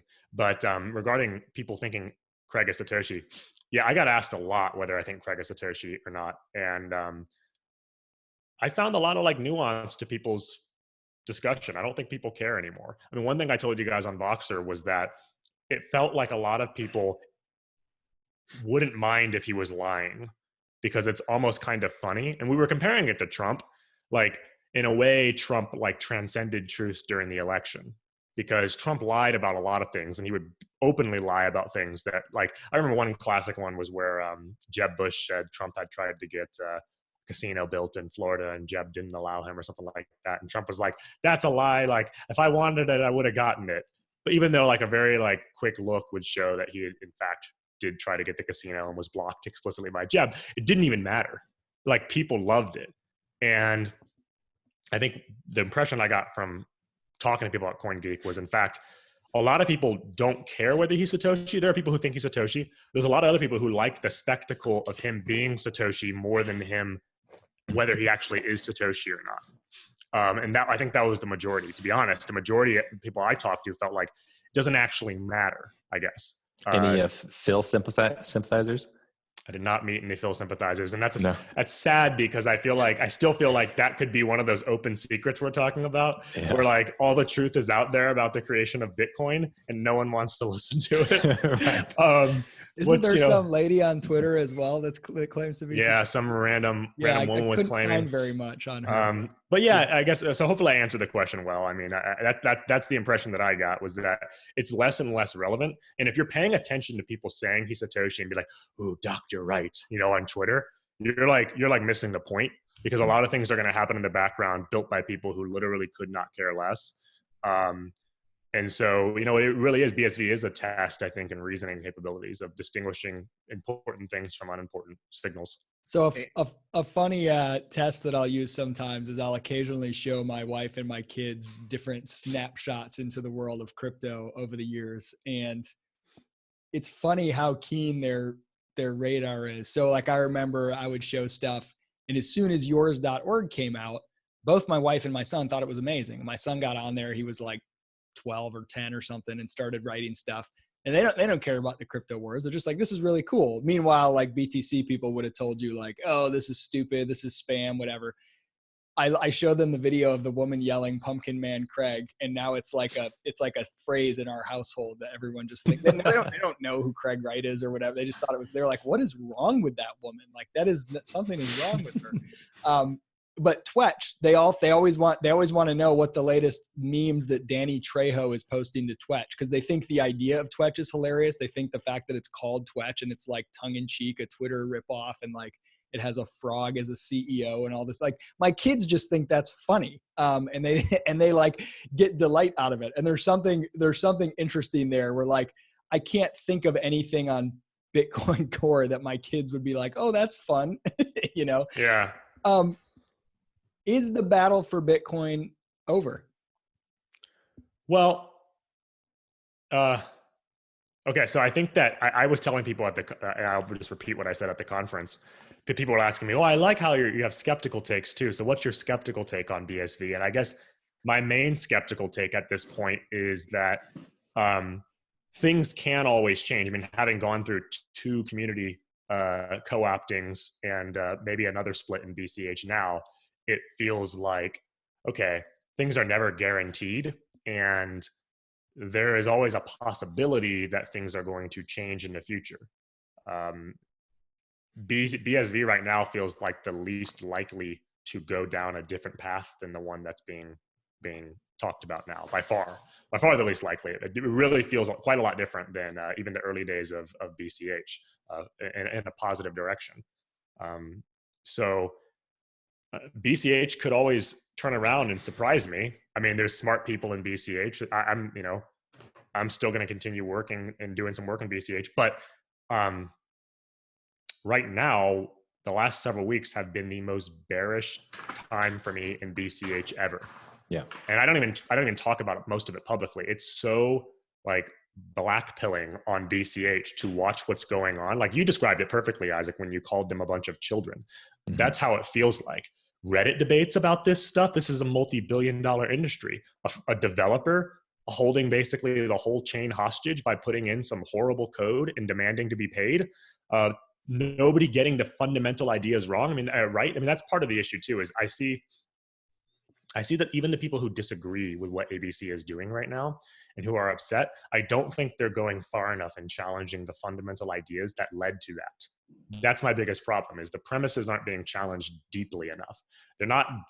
They see this as just like, oh, this is just one developer being bad, or this doesn't have enough community members who have voted on this who have agreed on this. Yeah. That's the wrong thing. That's the completely wrong mindset.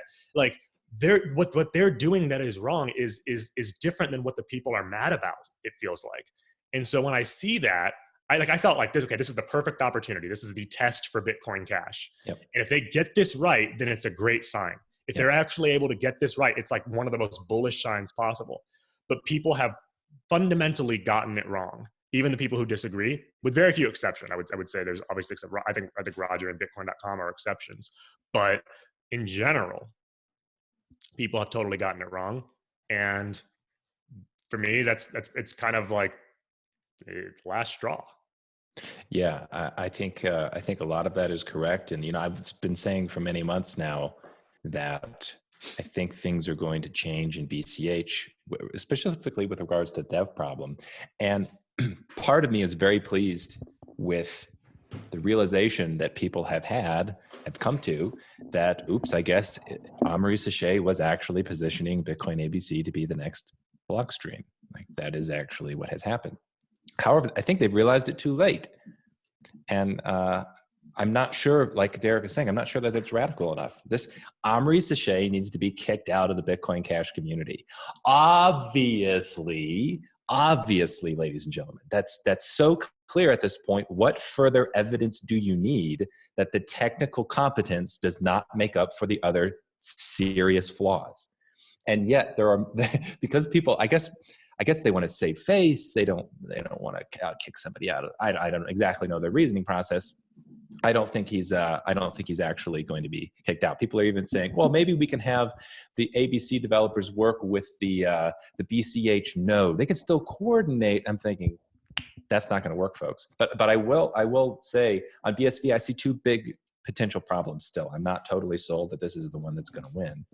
The one problem is still the threat of Craig influencing in-chain developers to such a degree that they change the code such that it's easier to move to confiscate coins and move the Satoshi coins. I think that's still, I don't know if I'd call that a prediction anymore, but I think that's still a legitimate threat, a potential route for the exit scam scenario or the fraud scenario or whatever to have some plausibility. I think that is a possible route. However, after this conference and seeing the presentations and the businesses, I think that's less and less likely.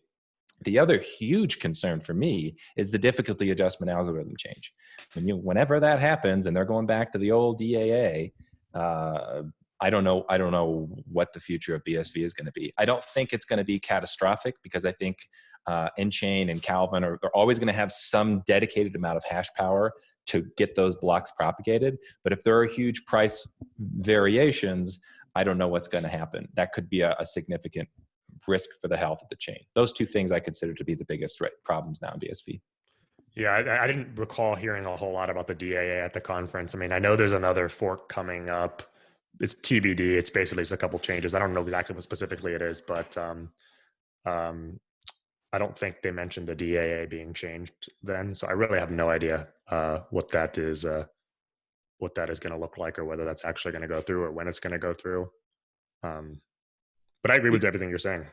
TK, is the battle for Bitcoin over? It done been done. It done been over, man. It's like, you know, it's like That's what they say down here in South Carolina. Like, oh, it's not over. It done been over. It done been over. You know, it's like it's the fourth quarter of a basketball game, and BSV is up by 30 points. I mean, there is a sense in which it's over, but there's also a sense in which you need to handle your business and not take being ahead for granted, and make sure you understand that a combination of bad luck, injuries, and terrible decision making could always result in a loss being, you know, blown, in a victory being blown. But yeah, I think for all practical intents and purposes, it's over. I like, if BTC and BCH are the competition, I like how the game is looking for BSV. That's a good way to put it. You know, Yeah, I kind of figured it was like BCH's game to lose for a while, and unfortunately, they seem to have blown it. TK, so- I think I agree with that too, Derek. I think the better sports analogy than being up by 30 in the fourth quarter, it reminds me more of the fourth quarter of the, 2016 Super Bowl, the Falcons versus the Patriots. Now, I went back and rewatched the video version where you can hear what the players are saying. They're mic'd up on the sidelines. And the Patriots were getting blown away. And it was really funny, though, when you listen to the mic'd up sidelines. The Patriots players, they were down by like 25 in the start the fourth quarter. They ended up going into overtime and winning. They all completely, they like knew they were going to win the game. And when you saw the Falcons players on the sidelines, they were saying stuff like, they were cheering, but then some of them were like, but I don't know, man, but it's Tom Brady over there. They were still scared that they were going to lose the game. And it's like that because the world, nobody knows that the Patriots are going to win except the Patriots. And they're like, yeah, we got this. And that's kind of how I feel where BSV is. It's they still could lose, absolutely. But people within it, like they kind of see something that nobody else sees yet. And they have a confidence that I think has some justification. And I, you know, it's funny how history can be seen in a different way. I remember back at the split, the hash war, BSV and BCH. And I think all of us were in a fairly similar position where we were kind of unclear, like which side we really liked, because we liked some things about both. And we were like kind of not happy with this technical tinkering approach of BCH. But on the other hand, Craig and BSV seemed just crazy, seemed totally unreasonable, not willing. Why was he going to split over this stuff? Why is he so crazy about blah, blah, blah, blah, these huge claims? He's going to bankrupt you and they didn't come true. Ha, ha, ha. But it always kind of sat wrong with me. One, the way that the BCH crowd really cheered and gloated and everything in sort of a silly, immature way, when it's like, what are you gloating about? Now you have two chains that both, and if anything, the one that you claim to have beat has more dedicated hash power to it on an ongoing basis. That's kind of like scary. I wouldn't be gloating about that. But two, I look back and I think all of us, it was easy to say the split was caused because Craig Wright's such a recalcitrant SOB. Now you look back, and I listened to that audio of Amari Sachet during those discussions. I started reading, I started rewatching the videos, and Craig, yes, he says crazy stuff. N-Chain did not want, everybody's like, oh, N-Chain just wanted their own coin. They didn't. In fact, they were one of the last to decide to jump on the BCH fork. They were still trying to get BTC to raise its block size for a long time. Once BCH did split and they were, okay, we're in on big block BCH, they were trying to prevent this split. And Amari Sachet was actively campaigning for it. He was trying to drive it. I think things like adding canonical. He actually transaction said ordering- that in the audio. Yeah, he's Yeah. adding. I think he was trying to create a reason to get the split. I think he wanted the fork that he had, the code that he had forked off. He assumed he would have complete control of it and be the lead of that fork. And when it didn't look like that, when Nchain came in with all kinds of resources and activity and money and other developers, he was like, well, let's cause a freaking split here so I can have mine and they can have, like, when you look back, it looks like that's what happened. And it looks like Nchain were like the more reasonable party here. Well, I don't think ABC would disagree with much of that, except for maybe the last part about being the more reasonable party. They pride themselves in getting rid of the Craig Wright influence. That it was like how to put it, some kind of great victory that this toxic person was purged from BCH. So they absolutely wanted a company split. that's funding 18 full-time protocol developers while you're bitching about nobody buying your sandwich. This is the other thing too that bothers me is like people have shit on Roger to be like, you took too long to see that there was a toxic actor, or blah blah blah, and he should have supported BCH sooner. I'm thinking, okay, I'm not in Roger's mind, but if I'm in that position and I'm trying to judge, do I side with Omri Sachet or do I side with the Nchain people and Calvin and Craig? That's a hard decision. I mean, it's far from clear that even that decision was right.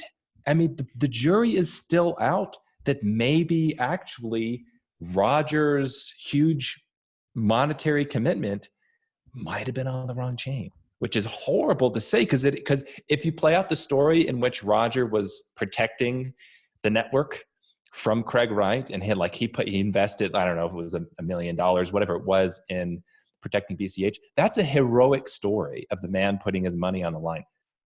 But if that might be the wrong story, the story might be actually he spent that to save Omri Sachet's butt, who turned around to bite him and make a protocol grab. And Omri has treated him. I mean, has been so disrespectful over the commitment that he made.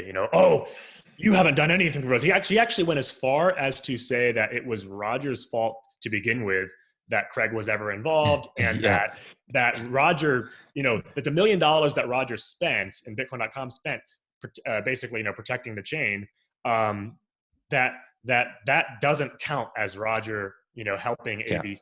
That was Roger saving his own ass because Roger just had to have paid that money because his fault. I mean, it's just so outrageous. Okay, so as we wrap this up in the last couple minutes here, is there any chance of us coordinating a kind of parent trap scenario where we bring Roger and Nchain back together again, or is that ship sailed?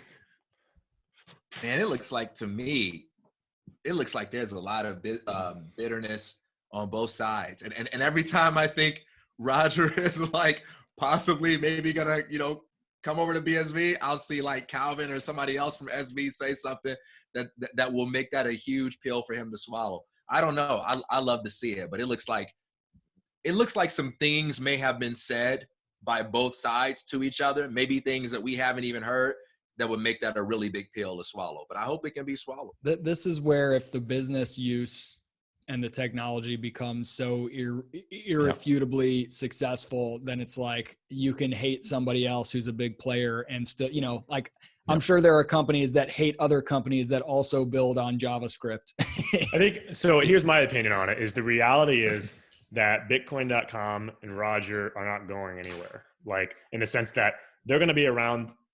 They're going to be around regardless of what fork wins in the end of the day. I have total confidence in that, so if it ends up being BSV in the long run and that actually creates more freedom for the world and actually helps deliver the vision of Bitcoin, I don't think anything would stop Bitcoin.com from being involved in that. Absolutely. Or Roger. I mean, I can't speak for them, but I do think that the reality is, like, Roger's a very successful, savvy businessman. I think he's, more committed to Bitcoin than just about anybody else, and making digital currency work for the whole world. So I don't think that like personality differences or anything like that are going to play a long-term role. So if BSV wants, Bitcoin.com or Roger or something like that, like, just keep keep winning. We can say if it happens, it will not be an act of goodwill. It has to be an undeniable business case. Yeah, but I think if we're being real, I would suspect far and away the reason that they would be hesitant to, or Roger would be hesitant to make up with BSV is the lawsuits. Yeah, I mean, the lawsuits. Exactly. I mean, I've listened to Roger talk about it when people are asking him about BSV. He's like, I can't get excited about it because lawsuits is the thing he brings up. So that's a legitimate criticism. Like, I totally get that. But in the long run, that's not something that's going to make you a mortal enemy for all of time. Especially if they stop it. If they cut that crap out, I think he'd probably be the best thing worse. BSV could do and the people involved could be like, stop doing those crazy things towards people who actually matter. Right. I mean, stop suing people. That's just nefarious. Unless it's TK's strategy and they're like, we want all of crypto to stay away from us because they're poisonous. And if we got to take down a few. Yeah, but Roger's influence on Bitcoin has only ever been right. I agree. I mean, I agree. And I actually don't think that's what's happening, but I could see a scenario in which you would say, we might have to take a few good people with us, because if Roger comes, he brings a whole army of weirdo community, basement anarchist types with him, whether for good or ill.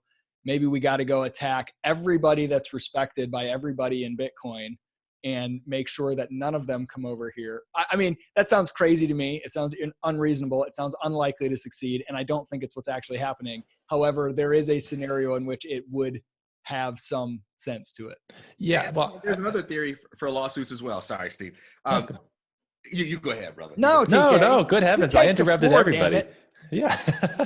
Well, there's another potential lawsuit theory as well, and I don't assign like a strong way to believe to this, but it's possible, and that is it's less about pettiness and personal vendettas, and it's more about just having any good legal excuse to be able to drag out a bunch of data the rest of the world hasn't seen that could further that could further Craig's agenda, right? So if he does have stuff that he can whip out in a court of law that can, validate his claim to be Satoshi, give him certain legal rights and so forth, that could be the kind of case that allows certain things to be subpoenaed, certain things to come out and so forth. And it's a numbers game. Doesn't matter who it is, as long as you're one of the people that have been involved in certain private communications. So for example, let's say there's a whole bunch of emails between Craig and Roger, Craig and Peter McCormack, Blockstream and so.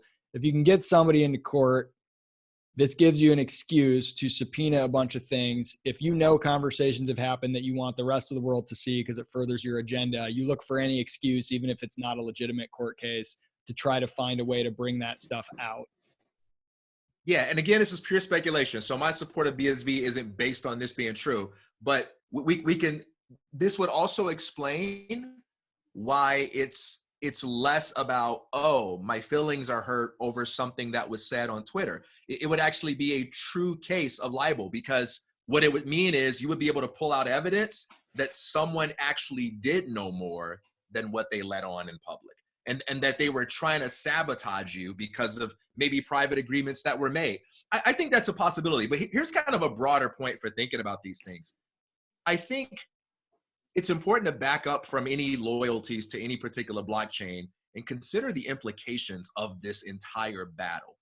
We are witnessing one of the greatest revolutions in history, right?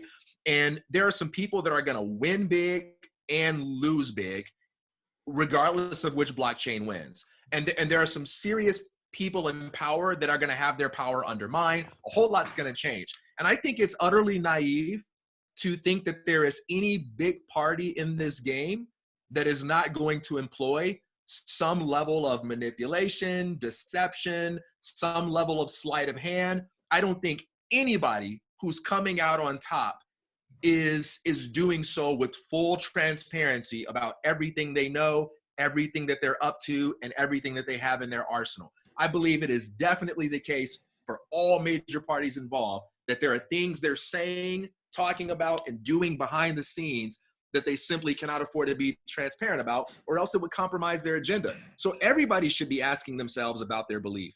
Is it possible that I'm being manipulated? Everyone should ask themselves that. including the people who are rejoicing every week about the same predictable, repeatable, obvious mistakes that Craig is making, that they're catching him in so easily, right? The guy never learns. He keeps committing the same old mistakes, right? You should ask yourself the next time you celebrate one of those, are you being manipulated? Everyone should ask themselves that. So one thing in response to the theory that this is an attempt to have information come out in court that would further their case. I mean, I haven't followed the Kleinman case particularly closely, but from what I have gathered, it doesn't look like he's offered evidence that really supports his case. I mean, he's gotten in trouble with the judge for mischief. So, I mean, maybe there's more stuff behind the scenes that they haven't released, but so far along that line, I think he's. Well, okay, let me counter that, Steve. Sure. Counter that. I don't know how many people know this, and maybe it's only people in Bitcoin Twitter, which would basically invalidate TK's claim that SV doesn't want Bitcoin Twitter to think anything. But I think that court case, now everybody knows that there's this thing called a tulip trust. Everybody knows that Craig was supposed to get the keys in 2020. And now everybody knows that something arrived in 2020 in January. And both parties in the case asked for more time to examine what arrived. Yeah. And like, it has given him the opportunity to at least further that narrative in a way. It's not rock solid proven, but it would, okay, he's obfuscating whatever because he's delaying because these keys are coming. Okay, then the keys actually came because even Kleinman's people said they want more time. Now they're unclear whether it's really from a bonded courier, but now they're looking for a bonded courier to bring into court to question. It's like, that's actually information that doesn't come out in a public way otherwise that I think benefits Craig's story. That's a good point. I guess I interpreted the claim as the information that would come out would actually objectively support his case and not just like further the mystery, which it certainly has done. It just has to further the narrative that you're trying to push to be worth it in some cases. In some cases, I would say. There's so many shenanigans going on. I assume that there's something else going on like that we don't necessarily know, because it's so outrageous now and ridiculous, the whole thing, that I cannot believe that it's just incompetence. I think I truly genuinely believe, partly because there's no face value interpretation of events that holds any water. Yeah. And the thing is, N-Chain and you know what they're doing with Bitcoin, the general vision makes a lot of sense to me. And I find it hard to believe that people who are so competent in that area would be this dumb in the court of law. Maybe they would be. I don't know. I mean, Isaac's skeptical. Maybe he thinks that people could be that dumb in the court of law, but I tend to think still, regardless, there's something else going on. Well, it's also like that. I don't know. There was a thing Craig posted on Twitter a long time ago. It was something like a computer program, like a Hello World basic computer program that, I don't know, it had a flaw in it. And everybody was like, Craig couldn't even program a Hello World program to work. And it's like, well, okay, I don't think highly of academia, let's put it as an understatement, but I think it's probably the case that somebody who is teaching courses on programming supercomputers and does have some amount of real certification in the computer security industry has the competence to program literally the most elementary of computer programs. Like that's the first one, right, that you learn is the Hello World. So if that's true though, you have to have an explanation. Why did he post it? Right. To me, it's more like, I don't care whether he teaches computer classes or has certifications, but apparently whether his money is someone else's money, he's somehow been able to be the chief technology officer of a company that employs something like 100 people. Yeah, it's like 100 employees now. Somehow that keeps spending tons and tons of money on Bitcoin and wearing fancy suits and going all around. He's able to get people, even if you say he's totally a con man, he's clearly able to get smart people to do things for him. Why would he not, if he can't code, why would he not get someone who knows how to code to write that tweet for him if his goal was to prove to you he knew how to code? It's just weird. It's that level of error that demands an explanation. Some super abstract thing and technical thing, you'd be like, okay, well, I don't know if it's an honest error, but that level of mistake, you got to think something else is going on. Same with the supposedly fraudulent documents, which are always the same mistake. It's like obvious typo or something like that, or obvious like date forgery.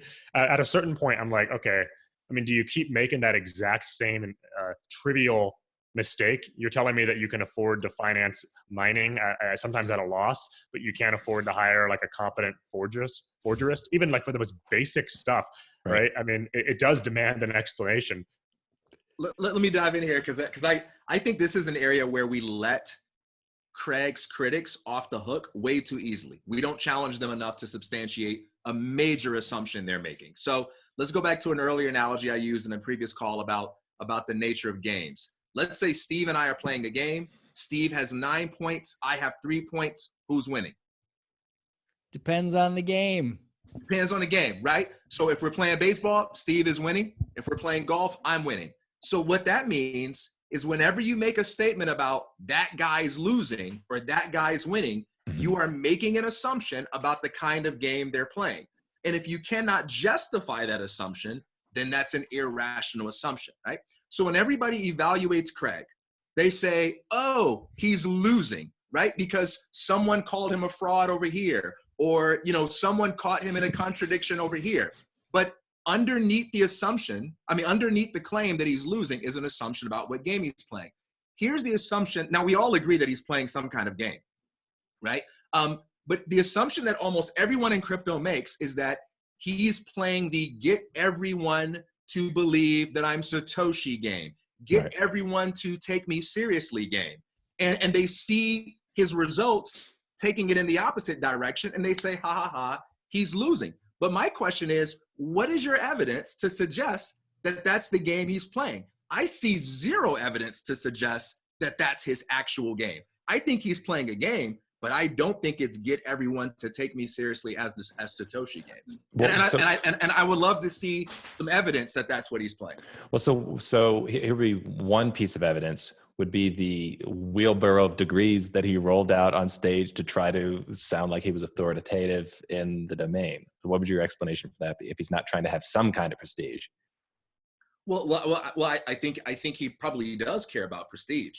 That's different from playing the Satoshi game. Oh, the Satoshi specifically. Okay. Yeah. So I think Craig is an academic. I think he's a research nerd. I think he clearly values being respected as an intellectual. He values getting credit for his work, but I think that's different from saying he's playing the game of trying to get everyone to believe that he's Satoshi. Okay. So what is your running theory for why he keeps claiming so brazenly now that he is Satoshi? I think this is exceptionally easy, and I'm astounded for why anybody sees this as difficult. Here's my answer. If you are insulting our intelligence. But I'm also putting pressure on myself to see if I'm giving myself a challenge to make it more fun, right? So let's assume for a second that his story is true. That would mean that once upon a time, the dude was not trying to let people know that he was Satoshi. And there's a lot of footage where Craig is going around speaking, like the panel discussion with Adam Beck and Nick Szabo, whatever, where he's saying some things about crypto, but he's not claiming to be Satoshi. He'll say things like, yeah, I've been around for a long time, oh, Bitcoin, but he's not saying I'm Satoshi. He clearly doesn't prioritize that. If his story is true, that means he was involuntarily outed. Now, I know for people who believe he's fake Satoshi, that's supposed to be staged, but let's assume for a moment that Craig's story is true because we're only evaluating the internal consistency of it. That would mean he's involuntarily outed. He did not want to be outed. He went through a ton of crap for that. He was afraid. His family life changed forever. His life was put in jeopardy, and now he's pissed off, right? And he has this moment where he says he's going to sign the keys. He has a change of heart and decides not to because he kind of freaks out. He rethinks everything. And now he's outed and everybody's mocking him. We can say there's a difference between owning the truth about who you are and psychologically needing everyone to accept that truth. Now that the dude has been outed as Satoshi, he's reconciled himself with that fact and he's owning it. He's saying, this is who I am. But there's a difference between saying this is who I am and needing to prove it. So I'll give you an everyday example. Let's say you said to me, hey, TK, have you been friends with Isaac for over 10 years? Are you close friends with Isaac? And I say, yeah, I am. And you say to me, well, I don't believe you. Prove it. I'm going to say, sorry, dude.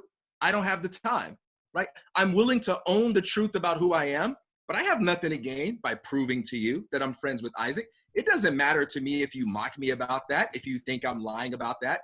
Everything that is true of me that I'm willing to own, it is not necessary for me to feel the importance of proving it. So when Craig goes and talks about Bitcoin, if he really is Satoshi and he's ready to own that, why would he not say it?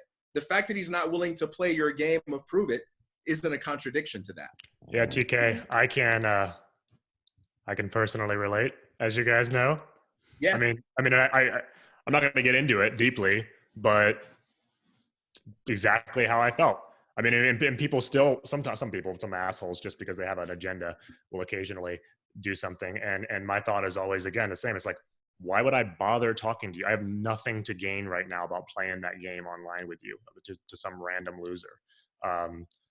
The psychological need is not there, and there's nothing practically to gain either. Well, so this is where I would disagree with the Satoshi claims. There's definitely a lot practical to gain to be a cult leader. I mean, that's why people do it.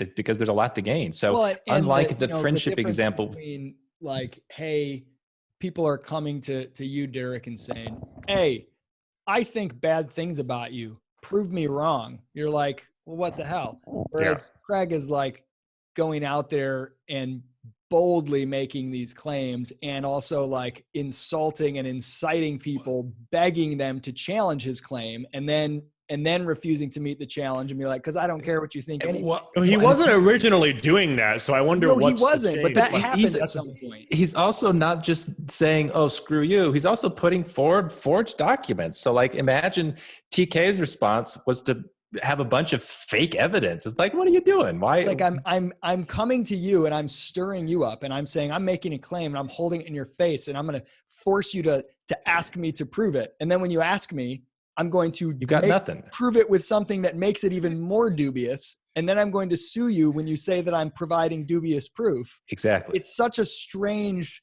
it's like maybe he's a tortured soul who both wants everyone's approval and shuns it at the same time. I don't know. So let me give an example of one of many kind of games I can conceive him playing. Suppose one that he's Satoshi, and suppose many of the people who play the public game of not believing that he's Satoshi actually knows that he's Satoshi too, right? Suppose there are people, and this shouldn't be hard to imagine, suppose there are people in crypto who stand to lose a lot of clout and credibility and money if it turns out that Craig is Satoshi, right? Because he would be a major threat to their clout and their agenda, right? So suppose there are people that play the public game of, I don't believe him, he's a fraud, but privately they know he's Satoshi. And you're Craig Wright. And you're talking to the people who they know you're Satoshi. And they're saying, prove it, prove it. And you also know that by proving it, you make yourself vulnerable in ways, right? You can kind of compromise your agenda. I could easily see you putting it out there and those people getting mad and saying, prove it. And you say, nope, I'm not going to play your game of proving it your way, because that's going to compromise the very strategy I have for getting you guys back and for proving to the rest of the world at the right time that I know what you guys are pretending not to know. Like that's just one of many possible scenarios. So I do think it is important to him that people believe he's Satoshi, but just because something is important to you doesn't mean that it's important for you to have it in any way possible. For Craig, there's a group of people that he wants to convince first, and there is a time where he wants to convince people because that's an important part of his agenda. I believe that he has a bigger agenda than being seen as Satoshi. I think he wants that last, but he has to position himself to win first. And signing the keys, I've made this argument elsewhere. Signing the keys right now, if he's Satoshi, is probably the dumbest and dangerous thing you can do. They know They know if they know that you can't say something, they will use that against you. Absolutely. And I've experienced it firsthand. If they know that there's something that you have, even if they know you're right, and yet they know that you're not going to engage in that game because you can't, or because you have something bigger to lose, they will use that against you. Absolutely. It's from the perspective of the person who's on that side, who's like having that used against them. It's like infuriating. It's so maddening. So if the story is true, I can understand that. I think a lot of people just don't think with enough nuance about why someone might not want to reveal the truth, despite wanting people to believe that it's true. But would the thing to do to be release forged documents? Like, I still don't see the explanation for that part of the story. Well, it certainly means you're playing some kind of game, right? So here's my question for you. What kind of game might I be playing if I'm submitting things or releasing things or allowing you to easily find things that makes it look like I shouldn't be taken seriously? Are there ever games where we benefit from that? I mean, yeah, in the case of crypto, I think it's very plausible that he would explicitly want respectable people not to think that he's Satoshi for like life and death purposes. I mean, if people in intelligence agencies or governments have concrete, definite proof that he is in fact Satoshi, I mean, I could see that being or even a threat to his health. Or even to the crypto influencers, there is a scenario in which if you know that you are Satoshi, and especially if you know that they know, but they know that you are not going to compromise yourself in some way by proving it indisputably, they're going to keep saying, prove it. And they know that you're not going to do it. And so one game, if you have an end game in mind where you will eventually, is to keep feeding stuff that only enhances their voice and ratchets up the eventual cost to them when they are proven wrong by forcing them. If you release forged documents, they can't just stop making that claim anymore once they've said it once. Now all their followers will feed them even more and demand that they ratchet it up even more and demand that they basically go all in on my entire reputation is staked on Craig not being Satoshi now publicly. So it's a way of calling their bluff right back at them. It's like, hey, I know that you know I'm Satoshi, and now I'm going to feed stuff that will make your followers so sure I'm not Satoshi. You have to keep ramping up your game of saying I'm not Satoshi and increasing your own risk of if there's an eventual discovery. It's like I'll leave crypto if Craig is Satoshi. Backs against the wall, it's a crazy poker move. It makes me think about a slave analogy where like when slaves were planning like rebellion, when they would get amongst each other, the leader would talk very articulately about the plan, right? Clearly this person has a ton of knowledge. Then, when the slave master comes around, size don't mean no trouble. They can barely talk, right? They sound really dumb.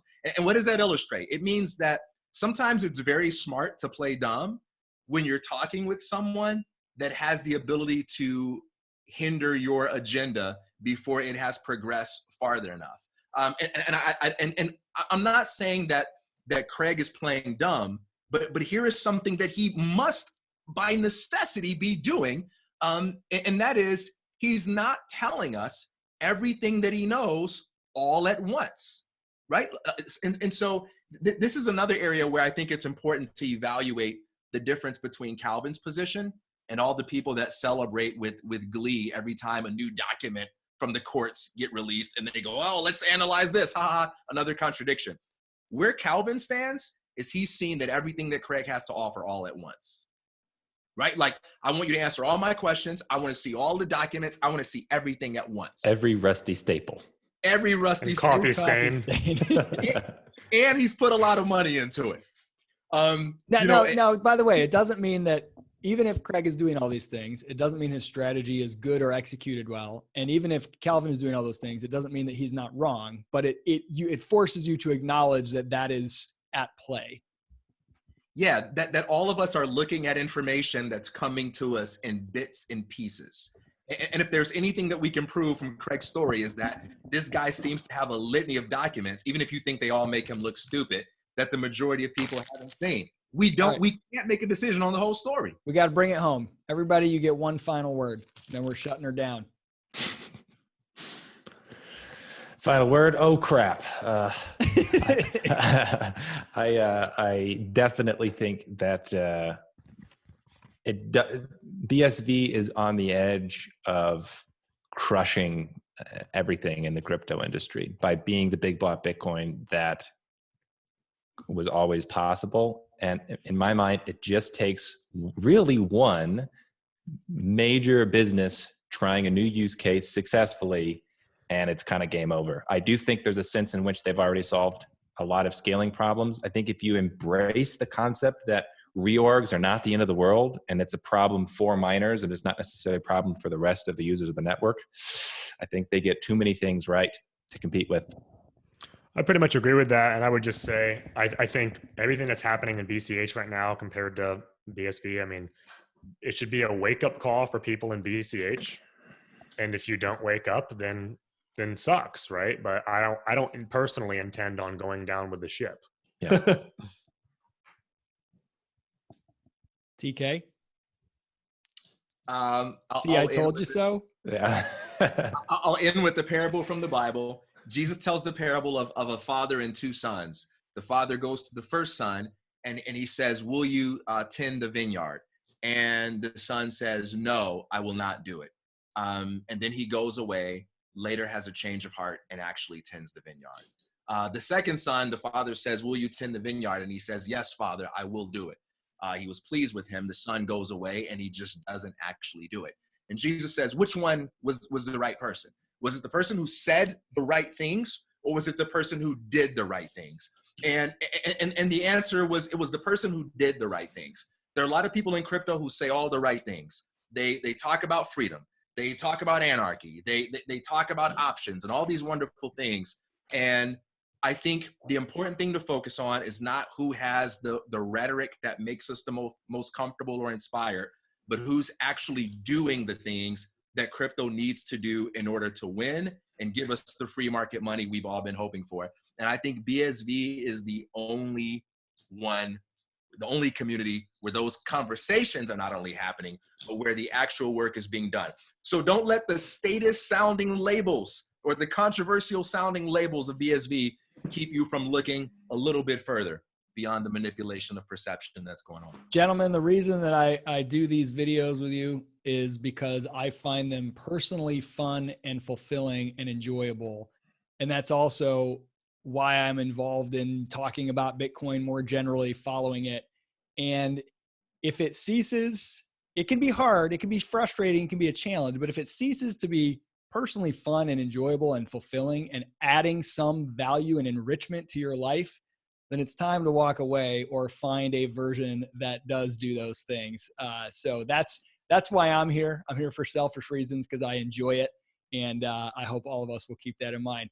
Great chatting with you guys. Until next time.